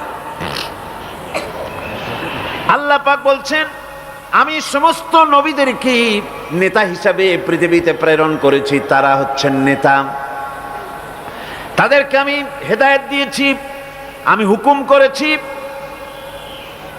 ওহির মাধ্যমে জনকল্যাণমূলক কাজ তোমরা করো, নামাজ প্রতিষ্ঠা করো, কল্যাণমূলক কাজ করো, ফেলাল খায়রাত, কল্যাণমূলক কাজ করো, আর নামাজ প্রতিষ্ঠা করো, যাকাতকে আদায় করো। আর তারা সবাই ছিল আমার বাধ্যগত। ইসমাঈল আলাইহিস সালাম সম্পর্কে বলা হয়েছে, وَكَانَ يَأْمُرُ أَهْلَهُ بِالصَّلَاةِ وَالزَّكَاةِ وَكَانَ عِندَ رَبِّهِ مَرْضِيًّا। সে তার স্বজনদেরকে নামাজের হুকুম করত, নামাজের এবং যাকাতের নির্দেশ দিতেন হযরত ইসমাঈল আলাইহিস সালাম। আর তিনি ছিলেন বিশেষ মর্যাদার অধিকারী। মূসা আলাইহিস সালাম এবং তার কওমকে আল্লাহ পাক এই অর্ডার দিয়েছিলেন। মূসা আলাইহিস সালাম বলেছিলেন, আয় আল্লাহ, আমার কওমকে যেন তুমি গজব দিও না, তাদেরকে তুমি শাস্তি দিও না। আল্লাহ পাক হযরত মূসা আলাইহিস সালামের এই প্রার্থনার জবাবে আল্লাহ পাক বললেন আযাবি উসিবু বিহি মান আশাউ ওয়া রাহমাতি ওয়াসিআত কুল্লা শাই। আমি যাকে চাইবো আমার আযাবে নিক্ষেপ করব, তবে সকল জিনিসের উপর আমার রহমত পরিবেষ্টিত আছে। তবে হ্যাঁ, ফাসাআকতুবুহা লিল্লাযীনা ইয়াত্তাকুনা ওয়া ইউতুনাজ যাকাতা ওয়াল্লাযীনা হুম বিআয়াতিনা ইউমিনুন। আমি এই রহমত কেবলমাত্র তাদের জন্য লিখে রাখবো যারা নাকি নামাজ প্রতিষ্ঠা করবে আর যারা যাকাত আদায় করবে, আমি তাদেরকে আমার গজব থেকে বাঁচাইয়া দেব। যাকাত যারা আদায় করবে আমি তাদেরকে আমার শাস্তি থেকে, গজব থেকে রক্ষা করব। রাসূল করিম সাল্লাল্লাহু আলাইহি সাল্লামের পূর্বে শেষ নবী হচ্ছেন হযরত ঈসা আলাইহিস সালাম। তাকে আল্লাহ পাক এই অর্ডারই করেছেন। কোরআনে কারিমে বলা হচ্ছে ওয়াজআলানি মুবারাকান আইনামা কুনতু ওয়া আওসানি বিসসালাতি ওয়াজ যাকাতি মা দুমতু হাইয়া। আমি যেখানেই থাকি না কেন আমাকে অর্ডার করা হয়েছে যতদিন বেঁচে থাকবো আমি ততদিন যেন আমি নামাজ আদায় করি আর যাকাত দেই।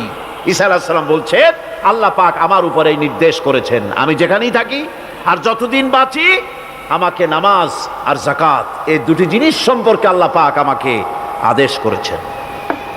এখন যাকাত দিতে হবে, গুরুত্বপূর্ণ ব্যাপার।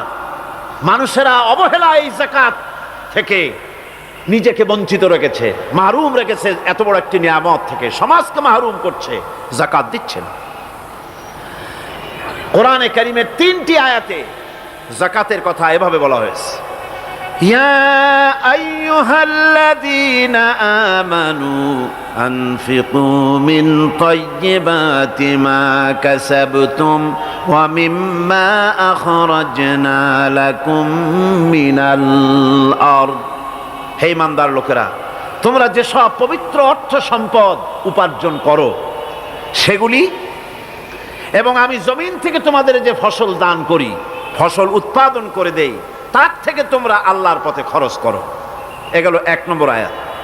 2 নম্বর, প্রথম আয়াত বলা হয়েছে সূরা বাকারায়, আর সূরা আনআমে বলা হচ্ছে কুলু মিন সামারিহি ইযা আসমারা ওয়া আতু হাক্কাহু ইয়াওমা হাসাদিহি। তার উৎপাদিত ফল ফসল তোমরা খাও, আর ফসলের একটি অংশ ফসল কাটার দিনেই আল্লাহর হকটা, আল্লাহর অধিকারটা আদায় করে দাও। যেদিন তোমরা ফসল কাটবে সেদিনই অধিকারটা আদায় করে দাও। এই যে একটা ফরজ, এই ফরজটা মুসলমানেরা বেমালুম ভুলে গিয়েছে। ফসলের যাকাত তারা দেয় না। ফসলের যাকাতকে বলা হয় ওশর। কি বলা হয়? ওশর। এই ওশর এখন যদি আপনি গ্রামে গিয়া কোনো শিক্ষিত লোককেও যদি জিজ্ঞেস করেন ভাই ওশর কি চেনো, সে বলবে ভাই ওশর এটা কি জাতীয় প্রাণী, সারপোকা না তেলাপোকা না আরশোলা, আমি তো এই নামটাম তেমন শুনি টুনি নেই, বুঝবি না ওশরটা কি জিনিস। অথচ নামাজ রোজার মতোই ফরজ ওশর আদায় করা। কবে আদায় করবেন? যেদিন আপনি ফসল কাটবেন সেই দিনই ওশর আদায় করে দিবেন। পরিমাণটা কি হবে? পরিমাণ হবে আকাশের বৃষ্টির পানি দিয়ে, আকাশের বৃষ্টির পানি দিয়া যদি ফসল হয় তাহলে দিবেন 10 ভাগের 1 ভাগ। 10 মণ যদি ধান হয়, গম হয়, ডাল হয়, 1 মণ আল্লাহর অধিকার আদায় করে দিবেন। অধিকারটা কার? আল্লাহ কি করবে দিয়া? আল্লাহর অধিকার মানে গরিবের অধিকার, গরিবের হক। এই অধিকারটা আদায় করে দাও। 10 মণ হলে কয় মণ? কি হলে? যদি আকাশের বৃষ্টির পানিতে হয়। আর যদি আপনার সেচের মাধ্যমে হয়, সেচ পরিকল্পনার মাধ্যমে পয়সা খরচ করে পেট্রোল ডিজেল লাগায়া ইঞ্জিন চালায়া পানি উঠাইয়া কষ্ট করে ফসল ফলাইছেন, তাহলে আল্লাহ পাক বলছেন 10 মণে 1 মণ দেওয়া লাগবে না, তোমার খরচ হইছে বেশি। বান্দারে, তোমার উপরে আল্লাহ পাক জুলুম করবেন না, এবার 20 মণ হলে তার থেকে 1 মণ দিও। সুবহানাল্লাহ। ওয়ামাল্লাহু বিযাল্লামিল লিল আবিদ। আল্লাহ রাব্বুল আলামিন তার বান্দার উপর জুলুম করেন না। সুবহানাল্লাহ কোন। এইভাবে করে ওশরের যাকাতটা তোমরা ঠিকমতো আদায় করে দিও। ওশরটা দিও, ফসলের ওশর দিও আর টাকার যাকাত দিয়ে দিও। যারা এটা দিবে না তাদের সম্পর্কে আল্লাহ পাক সূরা তওবার ভিতরে বলেছেন, ওয়াল্লাযীনা ইয়াকনিজুনা আয-যাহাবা ওয়াল ফিদ্দাতা ওয়া লা ইউনফিকুনাহা ফী সাবিলিল্লাহি ফাবাশশিরহুম বিআযাবিন আলীম। যারা নাকি স্বর্ণ এবং রৌপ্যকে সঞ্চয় করে, জমা করে, ওয়ালা ইউনফিকুনাহা ফী সাবিলিল্লাহ, আর আল্লাহর রাস্তায় তা খরচ করে না, ফাবাশশিরহুম বিআযাবিন আলীম, তাদেরকে কঠিন পীড়াদায়ক শাস্তির সুসংবাদ দাও। পীড়াদায়ক শাস্তির কি দাও? শাস্তির কি সুসংবাদ হয় নাকি? হয়তো উচিত ছিল শাস্তির দুঃসংবাদ শোনাও, না, আল্লাহ বলছেন সুসংবাদ শোনাও। এটার দৃষ্টান্তটা আমার ভাষায় আমি মানুষকে এভাবে বুঝাই। ছেলে খুব দুষ্ট, দুষ্টামির ঠেলায় অস্থির, তার মা মোটেই সামলাতে পারছে না। তখন মা বলে, বেটা আমার কথা তো শুনলি না, তোর বাবা আসুক, তারপরে আমি তারে নালিশ করব। এমন পিট্টি দেবে, মজা টের পাবি। তখন পিট্টি দিলে কি মজা লাগে নাকি? তার মানে শাস্তির তীব্রতা বুঝাবার জন্য বলা হচ্ছে, মজাটা টের পাবা।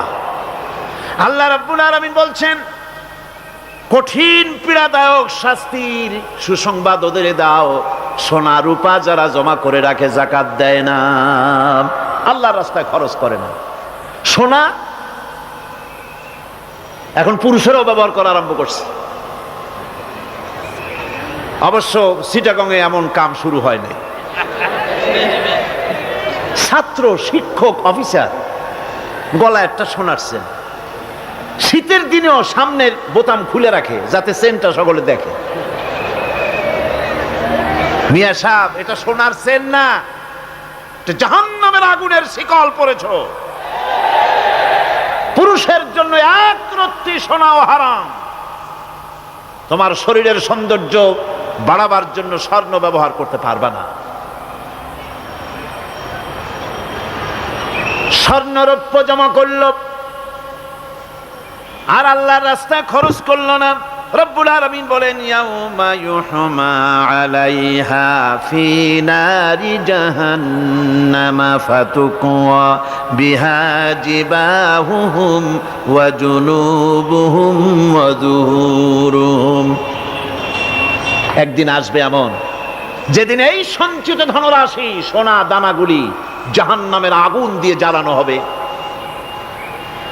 আর জাহান্নামের আগুন দিয়ে জ্বালায়া এইগুলি দিয়ে তার পিঠের উপরে আর পাঁজরে সিল মারা হবে জাহান্নামের আগুন দিয়া।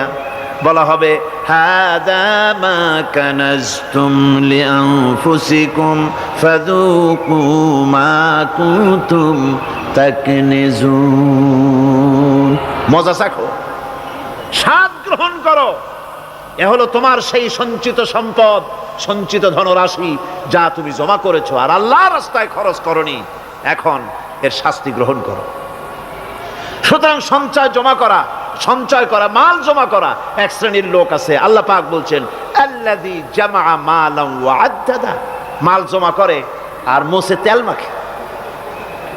টেলিফোন করে, হ্যালো, সোনালী ব্যাংকের ম্যানেজার সাহেব নাকি? বলে, হ্যাঁ, দেখুন তো আমার ব্যালেন্সটা কত। উনি বললেন, বল্টু সাহেব, আপনার ব্যালেন্স হচ্ছে 50,77,372 টাকা 79 পয়সা। তখন মোজ ঘষে, আতর লাগায়, তেল মাখে আর মনে মনে আনন্দ হয়, আরো কিছু জমা করতে পারলেই তো কোটির কোটায় পৌঁছে যাব। আল্লাযী জামা মালান ওয়া আদ্দাদা, মাল জমা করে আর গুনতে থাকে, আল্লাহর রাস্তায় খরচ করে না। আল্লাহ রাব্বুল আলামিন বলছেন, খুয মিন আমওয়ালিহিম সাদাকাতান তুতাহহিরুহুম ওয়া তুযাক্কিহিম বিহা, তাদের অর্থ সম্পদ থেকে যাকাত উসুল করে তাদেরকে পবিত্র করে দাও। যাকাত আদায় করার মানেই হলো তার সম্পদগুলি পাক হয়ে গেল, কোন আলহামদুলিল্লাহ।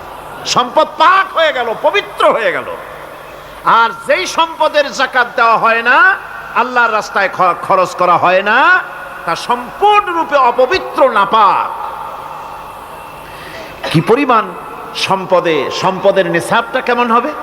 নিসাব হবে 52.5 তোলা রৌপ্য যদি আপনার কাছে থাকে, আপনি বাজার দর হিসাবে যাকাত দিবেন।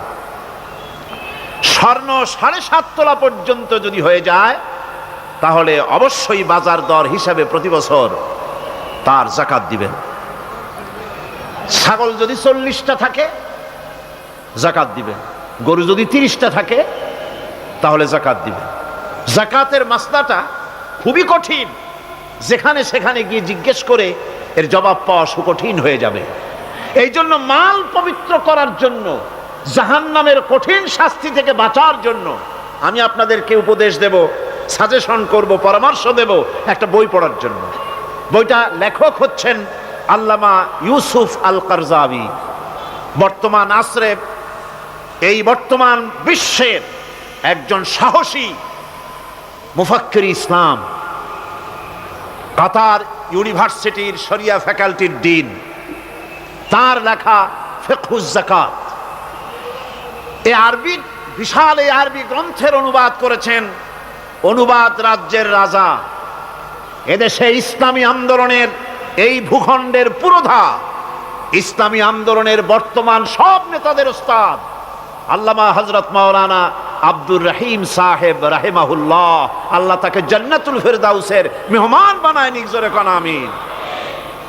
তিনি এটার অনুবাদ করেছেন। ইসলামে যাকাতের বিধান, ইসলামে, নামটা মনে রাখেন, ইসলামে যাকাতের বিধান। ইসলামী ফাউন্ডেশন বইটা বের করেছে, এত বড় 2টি খণ্ড। এই বইটি আপনারা সংগ্রহ করবেন, ইসলামের যাকাত বিধান। বইটি আপনারা সংগ্রহ করবেন মনে করে। বই আপনাদের ঠকাবে না, বই আপনাদেরকে দেউলিয়া করবে না।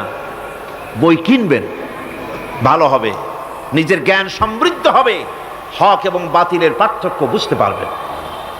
আমরা দাওয়াত দিয়েছিলাম, কিন্তু ওদের খাই পেশ করে চিঠি লিখেছে। হ্যাঁ, হযরত মাওলানা শামসুদ্দিন সাহেব আমাকে বলছেন, আল্লামা ইউসুফ আল কারজাবিকে ওনারা দাওয়াত দিয়েছিলেন, উনি ওজর খাহি করেছেন। তবে আগামী বছর এই তাফসীরুল কোরআন মাহফিলের 20 বছর পূর্তি হবে ইনশাআল্লাহ। জোরে কোন ইনশাআল্লাহ, আর জোরে কোন ইনশাআল্লাহ। আগামী বছর তাফসীরুল কোরআন মাহফিলের 20 বছর পূর্তি উপলক্ষে দুনিয়ার বড় বড় শ্রেষ্ঠ ইসলামী চিন্তাবিদদেরকে মাওলানা শামসুদ্দিন সাহেব এবং তার সাথী সঙ্গীরা আপ্রাণ চেষ্টা করবেন তাদের চেহারা আপনাদেরকে দেখাবার জন্য। আল্লাহ যেন তৌফিক দেন, কোন আমিন। এখন যাকাতের নিসাব আমি বললাম, এবার বলবো যাকাতের খাত। আমি যা বলতেছি এগুলি আমার বানানো নাকি? আল্লাহর কথা বলছি। কার কথা? আল্লাহর কথা। যাকাত কোথায় কোথায় ব্যয় করবেন, কারে কারে দিবেন? আল্লাহ রাব্বুল আলামিন বলেন, ইন্নামাস সাদাকাতু লিল ফুকারাই ওয়াল মাসাকিন ওয়াল আমিলিনা আলাইহা ওয়াল মুআল্লাফাতি কুলুবুহুম ওয়া ফির রিকাব والغارمين وفي سبيل الله وابن السبيل فريضة من الله والله عليم حكيم। সূরা তাওবার মধ্যে আল্লাহ পাক যাকাত কোথায় কোথায় দিবেন খাতগুলি আল্লাহ বলে দিচ্ছেন, কোন আলহামদুলিল্লাহ। যেখানে সেখানে যাকাত দেওয়া যাবে না। যাকাতের জন্য খাত হচ্ছে 8টা। যাকাতের জন্য খাত কয়টা? 8টা। 8টি খাতে আপনার যাকাতের টাকা আপনি ব্যবহার করবেন, ব্যয় করবেন। প্রথম দিবেন ফকিরদের। কোন চালানো খুবই কষ্টকর, অভাবগ্রস্ত লোক, এরা হচ্ছে ফকির। আর মিসকিন হচ্ছে যারা নিজেদের প্রয়োজন উপযোগী অর্থ উপার্জন করার সামর্থ্য নাই, আর মানুষের কাছে আত্মমর্যাদার কারণে হাত পাততেও পারে না। এক কথায় এক গরিব ভদ্রলোক। আল্লাহ কোরআন শরীফ বলেছেন যে এদের চেহারা দেখে বুঝো জ্বর পেটে খাবার নাই, অথবা সে অসুবিধায় আছে, চেহারা দেখে বুঝে তাকে সাহায্য করো। সে এমন শরীফ মানুষ আছে না আমাদের সমাজে, লোক এরকম আছে না? আছে কি না? ঘরের মধ্যে 3 দিনও রান্না হয় নাই, কিন্তু দাড়ি টাড়ি সুন্দর করে আশ্রয়া জামাটা পরিপাটি করে গায়ে দিয়ে বেরোচ্ছে, কাউর কাছে হাত পাতে না, তার সরাপাতে তার ভদ্রতায় বাঁধে। ওনার সরাপথে বেঁধেছে, উনি চাবেন না কারো কাছে, কিন্তু উনাকে যিনি সৃষ্টি করেছেন সে আল্লাহ রাব্বুল আলামিন শোনায় দিচ্ছেন, বান্দারা আমার ওই গরিব ভদ্রলোককে খাবার দাও। ওরা হচ্ছে মিসকিন। এরপরে আমিলিন, 3 নম্বরে আমিলিন, অর্থাৎ যারা জাকাত সরকারিভাবে জাকাত যারা আদায় করে, সেই আদায়কারীদেরকে এই জাকাতের টাকা দিয়ে তাদের সম্মানী দিতে বলা হয়েছে। ইসলামী গভর্নমেন্ট আসলে জাকাত তো আর আপনার খুশি মতো থাকবে না, জাকাত দিতে আপনি বাধ্য হবেন। জাকাত দিতে আপনি বাধ্য হবেন। জাকাত আদায় করবে গভর্নমেন্ট। কে আদায় করবে? গভর্নমেন্ট আদায় করবে, আর গভর্নমেন্ট ডিস্ট্রিবিউট করবে।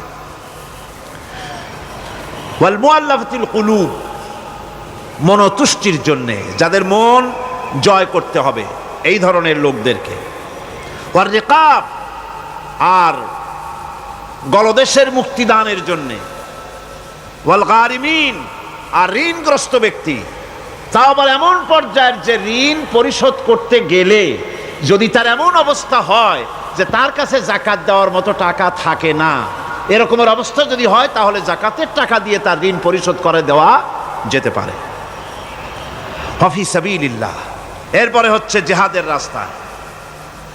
জিহাদের রাস্তা মানে জিহাদ যখন শুরু হবে সেই জিহাদের ময়দানে আপনি বন্দুক রাইফেল কিনে দেওয়ার সাহায্য করবেন সেটা নয়, কিন্তু শুধু এটাকে বোঝানো হয় নাই।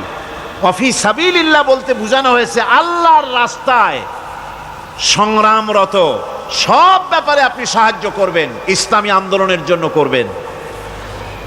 যারা ইসলামের জন্য বইপত্র লেখে তাদের জন্য করবেন, যদি পয়সায় কুলাতে না পারে সেখানে সাহায্য করবেন। ইসলামী আন্দোলনকে বিজয় করার জন্য সাহায্য করবেন। এক কথায় আল্লাহর রাস্তা বলতে যা বুঝায় এগুলিকে দিবেন। ইবনে সাবিল, এরপরে পথিক মুসাফির। পথিক মুসাফির সে যদি বাড়িতে ধনী থাকে, ঢাকায় ধনী, কিন্তু চট্টগ্রামে এসে সর্বহারা হয়ে গেছে, টাকা পয়সা সব লুটপাট হয়ে গেছে, এখন বাড়ি ফেরার উপায় নাই, জাকাতের টাকা দিয়ে তাকে সাহায্য করা যেতে পারে। এই 8টি খাতে এভাবে জাকাত দেওয়ার জন্য আল্লাহ খাত সৃষ্টি করেছেন। কয়টা খাত হলো? 8টা খাত। ইসলাম জাকাত ভিত্তিক অর্থ ব্যবস্থা কায়েম করে, আর অনৈসলামিক সরকার সুদ ভিত্তিক অর্থ ব্যবস্থা কায়েম করে। জাকাত আর সুদের মধ্যে পার্থক্য কি? জাকাত হচ্ছে, এক কথায় বুঝাই, ব্যাখ্যা দেব না, এক কথায় বুঝাবো। জাকাত হচ্ছে ধনীদের কাছ থেকে নেও, গরিবদেরকে দাও। আবার শুনুন, জাকাত হচ্ছে ধনীদের কাছ থেকে নাও, গরিবদেরকে দাও। আর সুদ হচ্ছে গরিবদের কাছ থেকে নাও, ধনীদেরকে দাও। টাকায় টাকা টানে। একজনে শুনছিল টাকায় টাকা টানে, সে মনে করলো কেমনে টাকায় টাকা টানে। তারপরে সে এক ব্যাংকের সামনে গিয়ে অনেক টাকার মধ্যে নিজের একটা টাকা ছুঁড়ে মেরেছে। ঘন্টা 2 দাঁড়ায় আছে, দেখে যে তার টাকা আসে না। তখন ব্যাংকের দারোয়ান এসে পিছন থেকে গলাটা ঠেসে ধরছে, বেটা তুমি চোর নাকি, না হাইজাকার, না মাস্তান, না সাদাবাজ? কয় যে না, আমি এর কোনোটাই না। তাহলে এই পজিশন নিয়ে দেখতেছো কি? কয় যে আমি শুনছিলাম টাকায় টাকা টানে, সেজন্য আমার পকেটে একটা টাকা ছিল, ওই যে কেশিয়ার টাকাগুলি গুনতেছে ওইখানে মারলাম, দেখিনি টাকা, আমার টাকায় কিছু টাকা টাইনে আনে। এতক্ষণ দাঁড়ানো, আমার টাকা তো টানলই না, আমার যে একটা টাকা তাও আসে না। দারোয়ান বলছে, বেটা তুমি ঠিকই শুনেছো, টাকায় টাকা ঠিকই টানে, ওই অনেকগুলা টাকা তোমার একটা টাকারে এমন ভাবে টাইনিয়া ধরছে, বাইরে আবার উপায় নাই। সুদভিত্তিক অর্থ ব্যবস্থায় গরিবরা এভাবে শোষিত হয়। শোষিত হয় কারা? গরিবরা। সিনেমা কারা বানায়? ধনীরা। শোষিত হয় কারা? গরিবেরা। লক্ষ্য করেন, তাকান, আল্লাহর কথা কত বাস্তব। ধনীরা সিনেমা বানায়, শোষিত হচ্ছে গরিবেরা। রিক্সা চালায়, ঠেলা গাড়ি চালায়, মাথার ঘাম পায়ে ফেলেছে, পরিশ্রান্ত হয়েছে, বিকাল বেলায় সেই টাকা নিয়ে যাচ্ছে বাজার করতে। সিনেমা হলের সামনে যায় দেখে সর্বনাশ, যুবক একটা যুবতীর জড়ায় ধরছে দুই হাত দিয়া, নিচে লেখা কি যে প্রেম আর কত যে জ্বালা। বেচারা গরিব মানুষ মাথা গরম হয়ে গেছে এটা দেখিয়া, যে বাইরে যদি এত জ্বালা, ভিতরে না জানি কত মজা। যে টাকা দিয়ে চাউল কিনতো সেই টাকা দিয়া টিকিট কিনে সিনেমায় ঢুকলো। এর মাথা ঘামানো পয়সাগুলি পাইল কে? বড় লোকই পেল। বড় লোকেরা ব্যাংকে টাকা রাখে, গরিব মানুষেরা ব্যাংক থেকে টাকা লোন নেয়। কৃষি লোন নিল, গরু কিনলো, বীজ কিনলো, সার কিনলো। আকাশ থেকে বৃষ্টি হলো না, অনাবৃষ্টি অতিবৃষ্টি খরার কারণে ফসল হলো না। ব্যাংক কি তার লোন মাফ করবে? তার সুদ মাফ করবে? শেষ পর্যন্ত গরুটা বেচা, মায়ের হাতের বউর হাতের শেষ চুড়ি গাছা বিক্রি করে লোন পরিশোধ করলো। বড় লোকের টাকা ওখানে ছিল, ওই টাকায় আরো টাকা গিয়ে জমলো, আর গরিব ফতুর হয়ে গেল। এই জন্য আল্লাহ পাক বলেছেন সুদ হচ্ছে ওয়াহাল্লাল্লাহুল বায়া ওয়া হাররামা রিবা। আল্লাহ পাক ব্যবসাকে করেছে হালাল, সুদকে করেছেন হারাম। এই সুদের মধ্যে ৭০টি গুনাহ, তার ছোট্ট গুনাহ হলো নিজের মায়ের সাথে জিনা করা। জোরে কর নাউজুবিল্লাহ। মায়ের সাথে জিনা করার চাইতেও নিকৃষ্ট, এটা হলো ছোট গুনাহ। টের পাইছেন? এইটাই হলো ছোট গুনাহ। তাহলে বড় গুনাহ কি? বড় গুনাহ হচ্ছে আল্লাহ আর তার রাসূলের সাথে যুদ্ধ করা। নাউজুবিল্লাহ পড়ে। সুতরাং এই সুদভিত্তিক অর্থ ব্যবস্থার, এই সুদভিত্তিক অর্থ ব্যবস্থাকে নির্মূল করে দিয়ে ইসলাম যাকাত ভিত্তিক অর্থ ব্যবস্থা কায়েম করেছিল, যার ফলে মানুষ খেয়ে পরে সুখে শান্তিতে বসবাস করেছে। চুরি নাই, ডাকাতি নাই, জেনা নাই, ব্যভিচার নাই, হত্যা নাই, ধর্ষণ নাই। এমন এক সময় এসেছিল কোরআনে কারিমের বরকতে, যাকাত ভিত্তিক অর্থনীতির বরকতে, এমন এক সময় এসেছিল ময়দানে ঢোল পিটানো হতো বাজারে বাজারে, যাকাত কে নেবে, যাকাত কে নেবে, যাকাত কে নেবে। একজন মানুষও খুঁজে পাওয়া যায় নাই যে বলবে যাকাত আমার দরকার। গল্প করলাম? এটা কি গল্প? এটা বাস্তব। হযরত ওমর বিন আব্দুল আজিজ রাহমাতুল্লাহ আলাইহির জামানায় সাদকার টাকা নিয়ে 3টি দিন একজন ঘুরেছেন গ্রামে গ্রামে, ময়দানে ময়দানে। একটা গরিব খুঁজতেছেন সদকার টাকা দেবে, গরিব খুঁজে পাওয়া যায় না। ক্লান্ত শ্রান্ত হয়ে মরুদ্যানের ভিতরে আরাম করতেছেন, এমন সময় দেখতে পেলেন সেখানে আরেকটা লোক আসছে, ধুলা মলিন বড় একটা বস্কা তার সাথে। এই লোকটি তার কাছে গিয়ে বলছে, ভাই আল্লাহ আপনারে আমারে মিলাই দিছে, 3 দিন পর্যন্ত ঘুরেছি কিছু সদকার টাকা নিয়ে, এত বড় দেশের এত জায়গা ঘুরলাম, একটা গরিব পাই নাই যে তারে দেব, আল্লাহ আপনারে মিলাই দিছে, নেন এই টাকাগুলা। কয় যে তোমার মাথা খারাপ না স্কুল উঠিলা? তুমি কি মনে করছো আমার এই বস্কার মধ্যে ছেঁড়া খাতা? তোমার টোপলায় যে টাকা আছে আমার বস্তায় তার থেকে অনেক বেশি টাকা আছে। তুমি ঘুরতেছো 3 দিন, আমি ঘুরতেছি সপ্তাহকাল, একটা ভিক্ষুক পাই নাই। এটা কিসের বরকতে? ইসলামী অর্থনীতির বরকতে। যেরকম কিসের বরকতে? কপাল পোড়া জাতি, কপাল পোড়া জাতি। সেই বরকতপূর্ণ সমাজ ব্যবস্থার দিকে না গিয়ে কোন নেতা কোন নেত্রী কি কইল সেদিকে দৌড়ায়, সেদিকেই দৌড়ায় পাগলের মতো। হেমিলেনের বংশীবাদক বাঁশি বাজায় চলল, আর ইঁদুর বাদর সব পিছনে ছুটল। এর কোনো মানে হয় না। বন্ধুগণ, আল্লাহ রাব্বুল আলামিন এই যাকাত ব্যবস্থার মাধ্যমে বিরাট পরিবর্তন এনে দিয়েছিলেন। এটি আল্লাহ পাকের একটি বিশাল নিয়ামত। এই নিয়ামত আল্লাহ পাক ইসলামী রাষ্ট্রকে দান করেছেন। আর যাকাতই বরকত। হালালে বরকত হয়, হারামে তো আর বরকত হয় না। কথা ঠিক কিনা কর? এখন আল্লাহর রাহে যে আপনি খরচ করবেন, সেই খরচ করার জন্য আল্লাহ রাব্বুল আলামিন কয়েকটা মূলনীতি দিয়েছেন। কিভাবে, কি মন মানসিকতা নিয়ে খরচ করবেন। খরচ করলেই কিন্তু সওয়াব হবে না। আতর মাখবেন, যদি চিন্তা করেন যে আতর মাখলাম, মাহফিলে যাব, মসজিদে যাব, লোকেরা টের পাবে যে বেটা আতর একখান মাখছে, খামো খাই আপনার আমও গেল, সালাও গেল, কোনো সওয়াব হইল না। আর যদি আতর মাখেন এই নিয়ত করে আতর মেখেছি, রাসূল পাক সাল্লাল্লাহু আলাইহি ওয়াসাল্লামের একটা সুন্নত আমল করলাম, আল্লাহ রাব্বুল আলামিন অসংখ্য নেকি আমল নামায় লিখে দিবেন। নিয়তের উপরে দারমাদার করছে সবকিছু। এখন আপনি যে খরচ করবেন, সেই খরচটা কিভাবে করবেন, কি মন মানসিকতায় করলে পরে আল্লাহ খুশি হবেন, সেই কথাটি আল্লাহ পাক কোরআনে কারিমের মধ্যে বলছেন। আমি আপনাদের সামনে সেগুলি বলছি। দানটা হতে হবে কেবলমাত্র আল্লাহরে খুশি করার জন্য।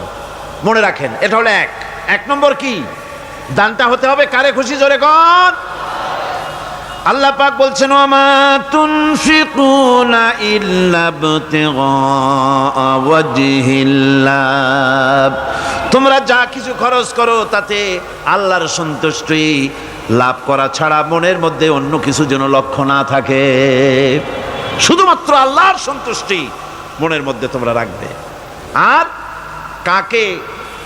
কাউকে কোনো জিনিস দিয়ে তার কাছে অনুগ্রহ প্রকাশ করতে পারবে না। আমি তোমার এই উপকার করছিলাম, তুমি নেমো খারামের মতো আজ কথা বলো, এরকম বলে না?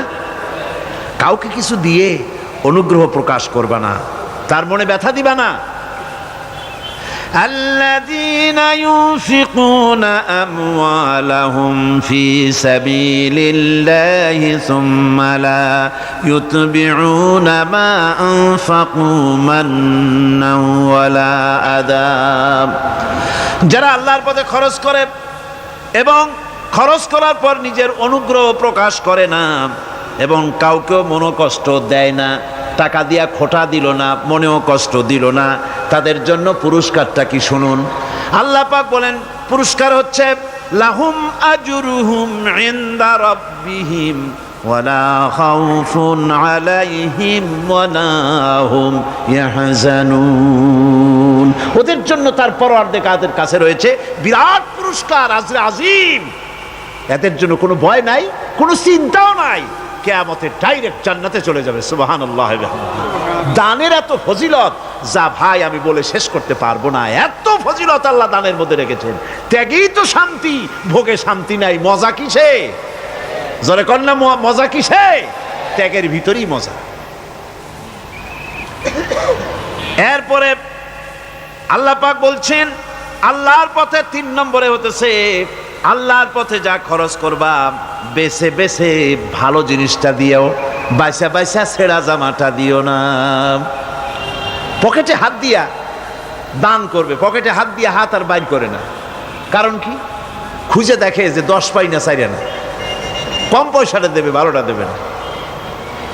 টাকা বের করে ওর মধ্যে ময়লা পচা গন্ধ লাগে, ওইটা দান করবে, আর টাটকা টাকাটা পকেটে রেখে দেবে। এই স্বভাব আমাদের আছে কিনা? কর আছে কিনা? আরে বাবা, টাকা কি আপনি পকেটে রাখতে পারবেন? ওটা দেওয়া লাগবে না, এরে দেন তারে দেন, কাউকে কিন্তু দেবেনি। আমাদের এই বদভ্যাস আল্লাহ আমাদেরকে মাফ করুন। কোন আমিন বলেন? আমিন। দান করার সময় বেছে বেছে খারাপটা দিও না, ছেঁড়া কাপড়টা দিও না, অখাদ্য কুখাদ্য দান করো না। বিয়ার মজলিস, বিবাহে অনেক লোক দাওয়াত দিয়েছে, বেশি করে রান্না করছে, কম যদি হয়ে যায় বড় মিয়ার ইজ্জত নষ্ট হয়ে যাবে। মেহমান কম আসলো, এখন এই খাবারগুলি না পারিয়া তারপরে গরিবদের দেয়। এক সাইডে যেতে হবে, না পেরে যখন খাবার কেউ নাই তখন গরিবদের দেয়। গরিবদের উদ্দেশ্য করে কিন্তু বানানো হয় নাই। এটা হলো একজনের রুটি খাচ্ছিল, এক কৃপণ বখিল রুটি খেতে বসেছে, সিল একটা আসে আর রুটিতে সু মারল, সু মেরে রুটিটা নিয়ে গেছে। বেচারা পিছনে পিছনে দৌড় আরম্ভ করছে, গালি দিতে দিতে। মরার সিল, আর তুই জায়গা পাইলি না। চিলের পিছনে দৌড়াতে দৌড়াতে নদীর পারে চলে আসছে। সিলও দেখে যে আল্লাহ, এমন এক বেকায়দার লোকের রুটি নিলাম, কোনো গাছেও বসতে পারি না তার ঢিলার জ্বালায়। শেষ পর্যন্ত পাশে ছিল নদী, নদীর উপর দিয়া চিল উড়ে ওপার যাওয়া আরম্ভ করছে। বকিল বেচারা দাঁড়াই থাকে, কয় দিলাম ফি সাবিলিল্লাহ, আল্লাহর রাস্তায় দিলাম। এর তো কোনো মানে নাই। নিজে খেতে না পারে বাসি অখাদ্য কুখাদ্য এগুলি দিতে আল্লাহ পাক নিষেধ করেছেন। দিবা বাইসে বাইসে ভালো জিনিসটা, যেটা তোমার কাছে প্রিয় ওইটা দিও। তুমি যদি খারাপটা দাও তাহলে আল্লাহ তোমার দেবেন ওই মানের। কিয়ামত আছে না, কিয়ামত ওই মানের পাবা। আল্লাহ পাক বলছেন, ইয়া আইয়ুহাল্লাযীনা আমানু আনফিকু মিন তাইয়্যিবাতি মা কাসাবতুম ওয়া মিম্মা আখরাজনা লাকুম মিনাল আরদ। তোমরা যে উপার্জন করেছো সেই উপার্জনে তোমাদের জন্য যা উপার্জন করেছো তাই, আর মাটির ভিতর থেকে আমি যা তোমাদের জন্য দিয়েছি তার থেকে ভালো জিনিস, ভালো ভালো জিনিস আমার রাস্তায় খরচ করো। এটা কার অর্ডার? আল্লাহর অর্ডার। আর খরচ করার জন্য ওয়ালা তায়াম্মামুল খাবিসা মিনহু তুনফিকুন, খরচ করার জন্য বাইসা বাইসা খারাপ গুণী জিনিসগুলি খুঁজে বেড়াইও না, ভালো জিনিসগুলি আমার রাস্তায় খরচ করো। আর যতদূর সম্ভব গোপনে দিও, যতদূর সম্ভব দান গোপনে করি। মানুষকে শুনায়ও না অমুক জায়গায় দিলাম, বা মানুষকে দেখায় দেখায় দিও না। কোন কোন শহর আছে কোরবানির সময় বিরাট গরু কেনা হয়, সেই গরুর গলায় মালা দিয়া তারপরে শহরের রাস্তায় রাস্তায় ঘুরানো হয়, অমুক মিয়া সাহেব এই গরুটা কোরবানি করবে। এরকম চিটাগংয়ে হয় না, অন্য অন্য জেলায় হয়। জি, এখানেই বেশি হয়। তাই? আশ্চর্য কথা। তাহলে তো উচিত, এরকম যদি উদ্দেশ্য হয় তাহলে বড় মিয়াও গরুর সাথে একসাথেই হাঁটা উচিত। লোকেরা বুঝুক কোন বড় মিয়া আর কোন বড় গরু। আপনি এটা করলেন কি জন্যে? এই কাজটা তো নিন্দনীয় কাজ। আর প্রতিযোগিতামূলক কোরবানি করা, প্রতিযোগিতামূলক 35,000 টাকার গরু কোরবানি করা হলো, মানে নাই। মানুষকে শুনাইয়া, মানুষকে দেখাইয়া যদি করা হয় কোনো ফল পাওয়া যাবে না। আমার বন্ধুগণ, আল্লাহ রাব্বুল আলামিন বলছেন মানুষকে দেখাবার জন্য দান সদকা করো না। ইন তুবদুস সাদাকাতি ফানি'ম্মা হিয়া ওয়া ইন তুখফুহা ওয়া তু'তুহাল ফুকারা ফাহুয়া খায়রুল লাকুম ওয়া ইউকাফিরু আনকুম মিন সাইয়্যাতিকুম। প্রকাশ্যভাবে খরচ করলে তা ভালো, আল্লাহ পাক বলছেন প্রকাশ্যভাবে খরচ করলে তা ভালো, কিন্তু গোপনে দান করা সবথেকে উত্তম। তবে প্রকাশ্যে দান করতে গিয়ে যদি এটা এই জন্য হয় যে আমি দিলে পরে আরো একজন উৎসাহিত হয়ে দেবে, সমাজ কল্যাণ পরিষদের এত বড় বিশাল মাহফিল, 16 লক্ষ টাকা খরচ হবে, দিলাম আমি 1 লাখ টাকা, এটা শুনাইয়া বলার পর আমার কথা শুনিয়া আরো যাদের টাকা আছে তারা হয়তো 2 লাখ দেবে, এই চিন্তা করে যদি তারগিবের জন্য, উৎসাহ প্রদানের জন্য, ইন্সপিরেশনের জন্য যদি হয়, এই নিয়ত হলে ক্ষতি নেই। কিন্তু সর্বাবস্থায় দানটা গোপন হয় ভালো। আল্লাহ পাক বলেন গোপনে যদি তুমি দান করো তাহলে আমি রব্বুল আলামিন ওই গোপন দানের বিনিময় তোমার সমস্ত গোপনীয় গুনাহগুলি আমি রব্বুল আলামিন মাফ করে দেব। তোমার গোপন গুনাহগুলি মাফ করে দেব। 5 নম্বরে হচ্ছে নির্বোধ আর অজ্ঞ লোকদেরকে প্রয়োজনের অতিরিক্ত টাকা দিবা না। দেখেন ইসলামের কি সুন্দর বিধান। বোকা, নির্বোধ, অজ্ঞ আছে না সমাজে? তুমি মহব্বতে, আল্লাহর মহব্বতে ওর লাগে 500 টাকা দিয়ে দিলা 5,000 টাকা, এ তো সর্বনাশ করে ফেলাবে, সে তো খারাপ জায়গায় তা ব্যয় করবে। এই জন্য অজ্ঞ লোকদেরকে, নির্বোধ লোকদেরকে প্রয়োজনের অতিরিক্ত দিতে আল্লাহ নিষেধ করেছেন। তবে আল্লাহর ইচ্ছা হচ্ছে এই যে যত বড় পাপী হোক আর যত বড় খোদাদ্রোহী হোক না কেন, প্রত্যেকের খাওয়া, পড়া, শিক্ষা, চিকিৎসা, বাসস্থানের গ্যারান্টি দিতে হবে। সুবহানাল্লাহ। কোন এর নাম তো আল্লাহ, এর নাম কি? আল্লাহ পাক, যার ভেতরে কোনো কার্পণ্যতা নাই। আল্লাহরে মানলেও আল্লাহ খাইতে দেন, না মানলেও দেন, সকলকেই দেন সমভাবে।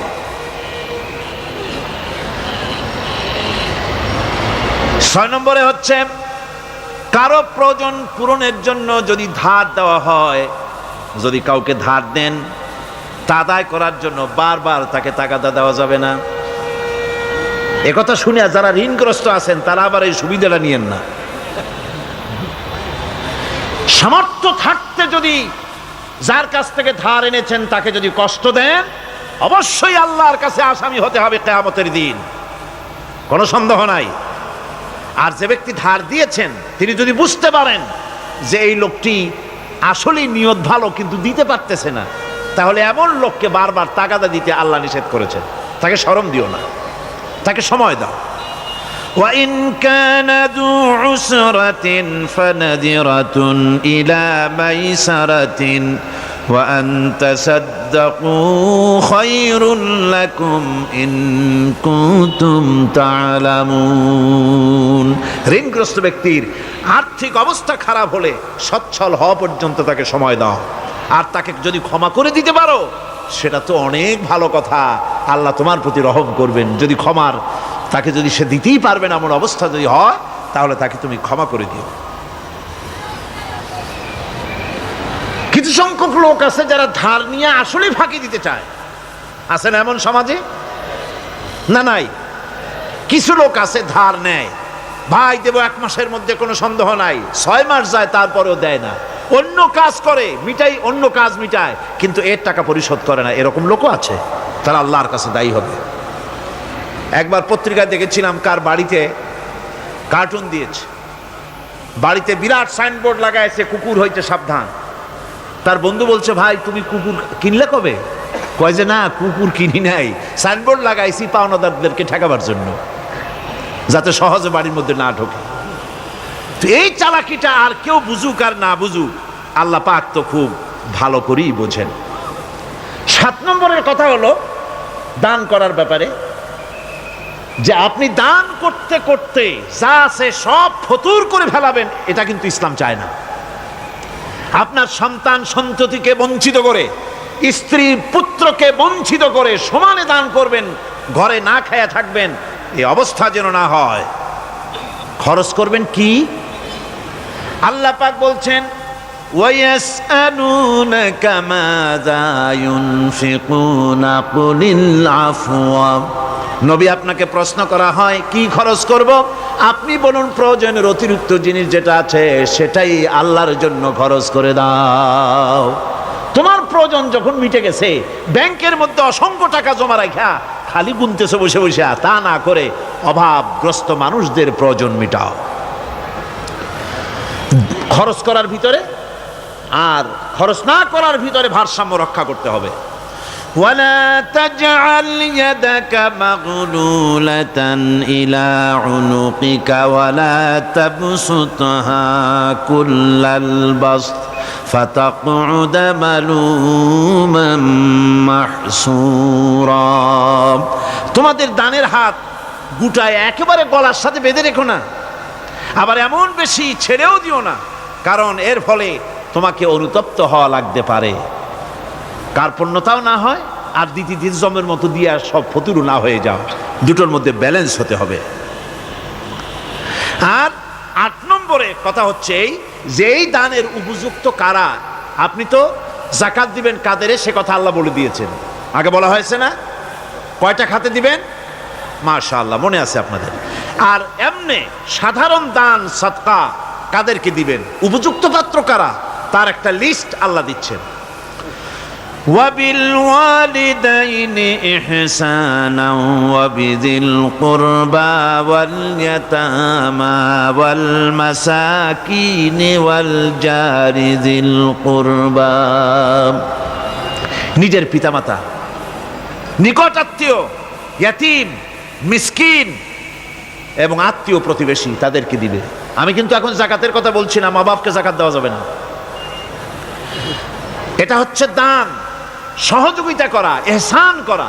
এই এহসান মা বাপকে প্রতিবেশী আত্মীয় যারা, মিসকিন যারা, এতিম যারা, অনাত্মীয় প্রতিবেশী যারা, চলার সাথী, প্রবাসী এবং নিজের চাকর চাকরানি যা কিছু আছে, এ সকলকেই এই সাহায্য করতে হবে, একথা আল্লাহ বলে দিয়েছেন। এবং আমরা যে আয়াত আলোচনা করতেছি সে আয়াতের ভিতরেও এই ফেরেশতা আল্লাহ পাক বলে দিয়েছেন। আল্লাহর রাস্তায় যারা দান করবে তাদের সম্পর্কে আল্লাহ বলছেন এখন, مثل الذين ينفقون أموالهم في سبيل الله كمثل حبة। আল্লাহর রাস্তায় খরচ করা এর দৃষ্টান্ত হলো একটা দানার মতো, যেই দানাটা থেকে 7টা ডাল বেরিয়ে গেল। في كل سنبلة مئة حبة। একটা দানা থেকে 7টা ডাল বেরোলো, এক একটা ডালে 100 করে দানা হলো, সব মিলাইয়া 700 দানা হয়ে গেল। والله يضاعف لمن يشاء والله واسع عليم। আল্লাহ পাক বলেন এই পৃথিবীতে একটা দানায় 700 দানা যে আল্লাহ রব্বুল আলামিন তোমার হাতে ধরায় দিলেন, সে আল্লাহ পাকের ব্যাংকে যদি টাকা জমা রাখো, আল্লাহর রাস্তায় যদি খরচ করো, 700 গুণ বাড়ায় আল্লাহ তোমার হাতে ধরাইয়া দিবেন। আল্লাহু ইউদাইফু লিমান ইয়াশা, আর আল্লাহ ইচ্ছে করলে এর থেকেও বেশি তোমাকে দান করবেন। সুবহানাল্লাহ কোন জোরে। বন্ধুগণ, এখনই মোনাজাত হবে, এখনই মোনাজাত হবে। মোনাজাতের আগে যে কথাটি বলতে চাই, যে বিষয়ের উপরে আজকে আলোচনা আসছে, দান, আল্লাহ রাস্তায় খরচ করা আর যাকাত আদায় করা, এই বিষয়ের উপরে দীর্ঘ সময় আমরা আলোচনা করেছি। গতকাল হযরত মাওলানা শামসুদ্দিন সাহেব, আল্লাহ পাক তাকে হায়াত দিন, আল্লাহ পাক তাকে সুস্থ করুন, সবাই বলি আমিন। তিনি যে আরজ পেশ করছিলেন আপনাদের খেদমতে, এত বড় বিশাল মাহফিল আর 16.5 লক্ষ টাকার বাজেট, কম কথা নয়। কিন্তু আমি জানি চিটাগংয়ে এমন লোকও আছে যারা একজনই মাহফিলের খরচ দিয়ে দিতে পারে, আছে না? আল্লাহ যেন তাদের দিল নরম করে দেয়। এখন ওনারা কবে দিবেন আর না দিবেন সেটা পরের কথা। যারা আমরা এসেছি সকলেই যেন অংশগ্রহণ করতে পারি, আল্লাহ যেন তৌফিক দেন, জোরে কোন আমিন। যাওয়ার সময় দানের যে সমস্ত জায়গা আছে, চাদর আছে, ড্রাম আছে, টিন আছে, ব্যাজধারী লোকেরা যেখানে যেখানে এই সমস্ত জিনিস নিয়ে আছে, আপনারা যাওয়ার সময় অবশ্যই দিল খুলে আল্লাহর রাস্তায় দান করে যাবেন। এই দান শুধু আপনি দিচ্ছেন আর আল্লাহ দেখছেন, ঠিক কিনা? এটা আল্লাহ এবং আপনার মধ্যে সীমাবদ্ধ। কত ছিল, কত দিছেন আর কত দিবেন, প্রত্যেক দিন নিয়ে আসবেন আর আল্লাহর রাস্তায় দিবেন। প্রত্যেক খামের গোড়ায় নাকি টিন আছে নাকি? আলহামদুলিল্লাহ, বিরাট খেদমত ওনারা করেছেন যাতে আপনাদের কষ্ট না হয়। প্রত্যেক খামের গোড়ায় টিন আছে, টিনের মধ্যে ফেলুন। মোনাজাতের পর যাওয়ার সময় আপনারা পয়সা করে দিয়ে যাবেন, মা বোনেরাও দিবেন, এবং আগামীকাল পরশুদিন আপনারা বেশি পরিমাণে নিয়ে আসবেন, যাতে করে এই ঋণ থেকে সমাজ কল্যাণ পরিষদ যেন মুক্ত হতে পারে। প্রতি বছর এই শানদার কোরআনের আজিম খেদমতের তৌফিক আল্লাহ যেন তাদের নির্দ্বিধায় নিশ্চিন্তায় যেন আল্লাহ করার তৌফিক তাদের দেন। সকলে কোন আমিন, আল্লাহুম্মা আমিন। রব্বানা যালামনা أنفسنا وإن لم تغفر لنا وترحمنا لنكونن من الخاسرين ربنا لا تزغ قلوبنا بعد إذ هديتنا وهب لنا من لدنك رحمة إنك أنت الوهاب। আয় আল্লাহ তাআলা, এই বিশাল জনসমুদ্র নিয়ে তোমার দরবারে হাত তুলেছি পবিত্র মেরাজের রজনীতে। আয় আল্লাহ, তুমি দয়া করে মেহেরবানি করে আমাদের আলোচনা, দুরুদ সালামের সওয়াব আমাদের বিশ্ব নবী তোমার প্রিয় হাবিব জনাবে মুহাম্মদ রাসূলুল্লাহ সাল্লাল্লাহু আলাইহি ওয়াসাল্লামের রূহ মুবারকে পৌঁছায়া দাও। সমগ্র বিশ্বের মাটির নিচে যত মুমিন মুমিনাত শুয়ে আছেন তাদের আরো আর পরে সওয়াব পৌঁছায়া দাও। আমাদের মা বাপ যাদের দুনিয়া থেকেই বিদায় হয়ে গেল, আল্লাহ কবরগুলিকে জান্নাতের টুকরায় পরিণত করে দাও। রব্বির হামহুমা কামা রব্বায়ানি সগীরা। পড়েন সবাই, রব্বির হামহুমা কামা রব্বায়ানি সগীরা। ربنا تقبل منا إنك أنت السميع العليم وتب علينا إنك أنت التواب الرحيم سبحان ربك رب العزة عما يصفون سلام على المرسلين الحمد لله رب العالمين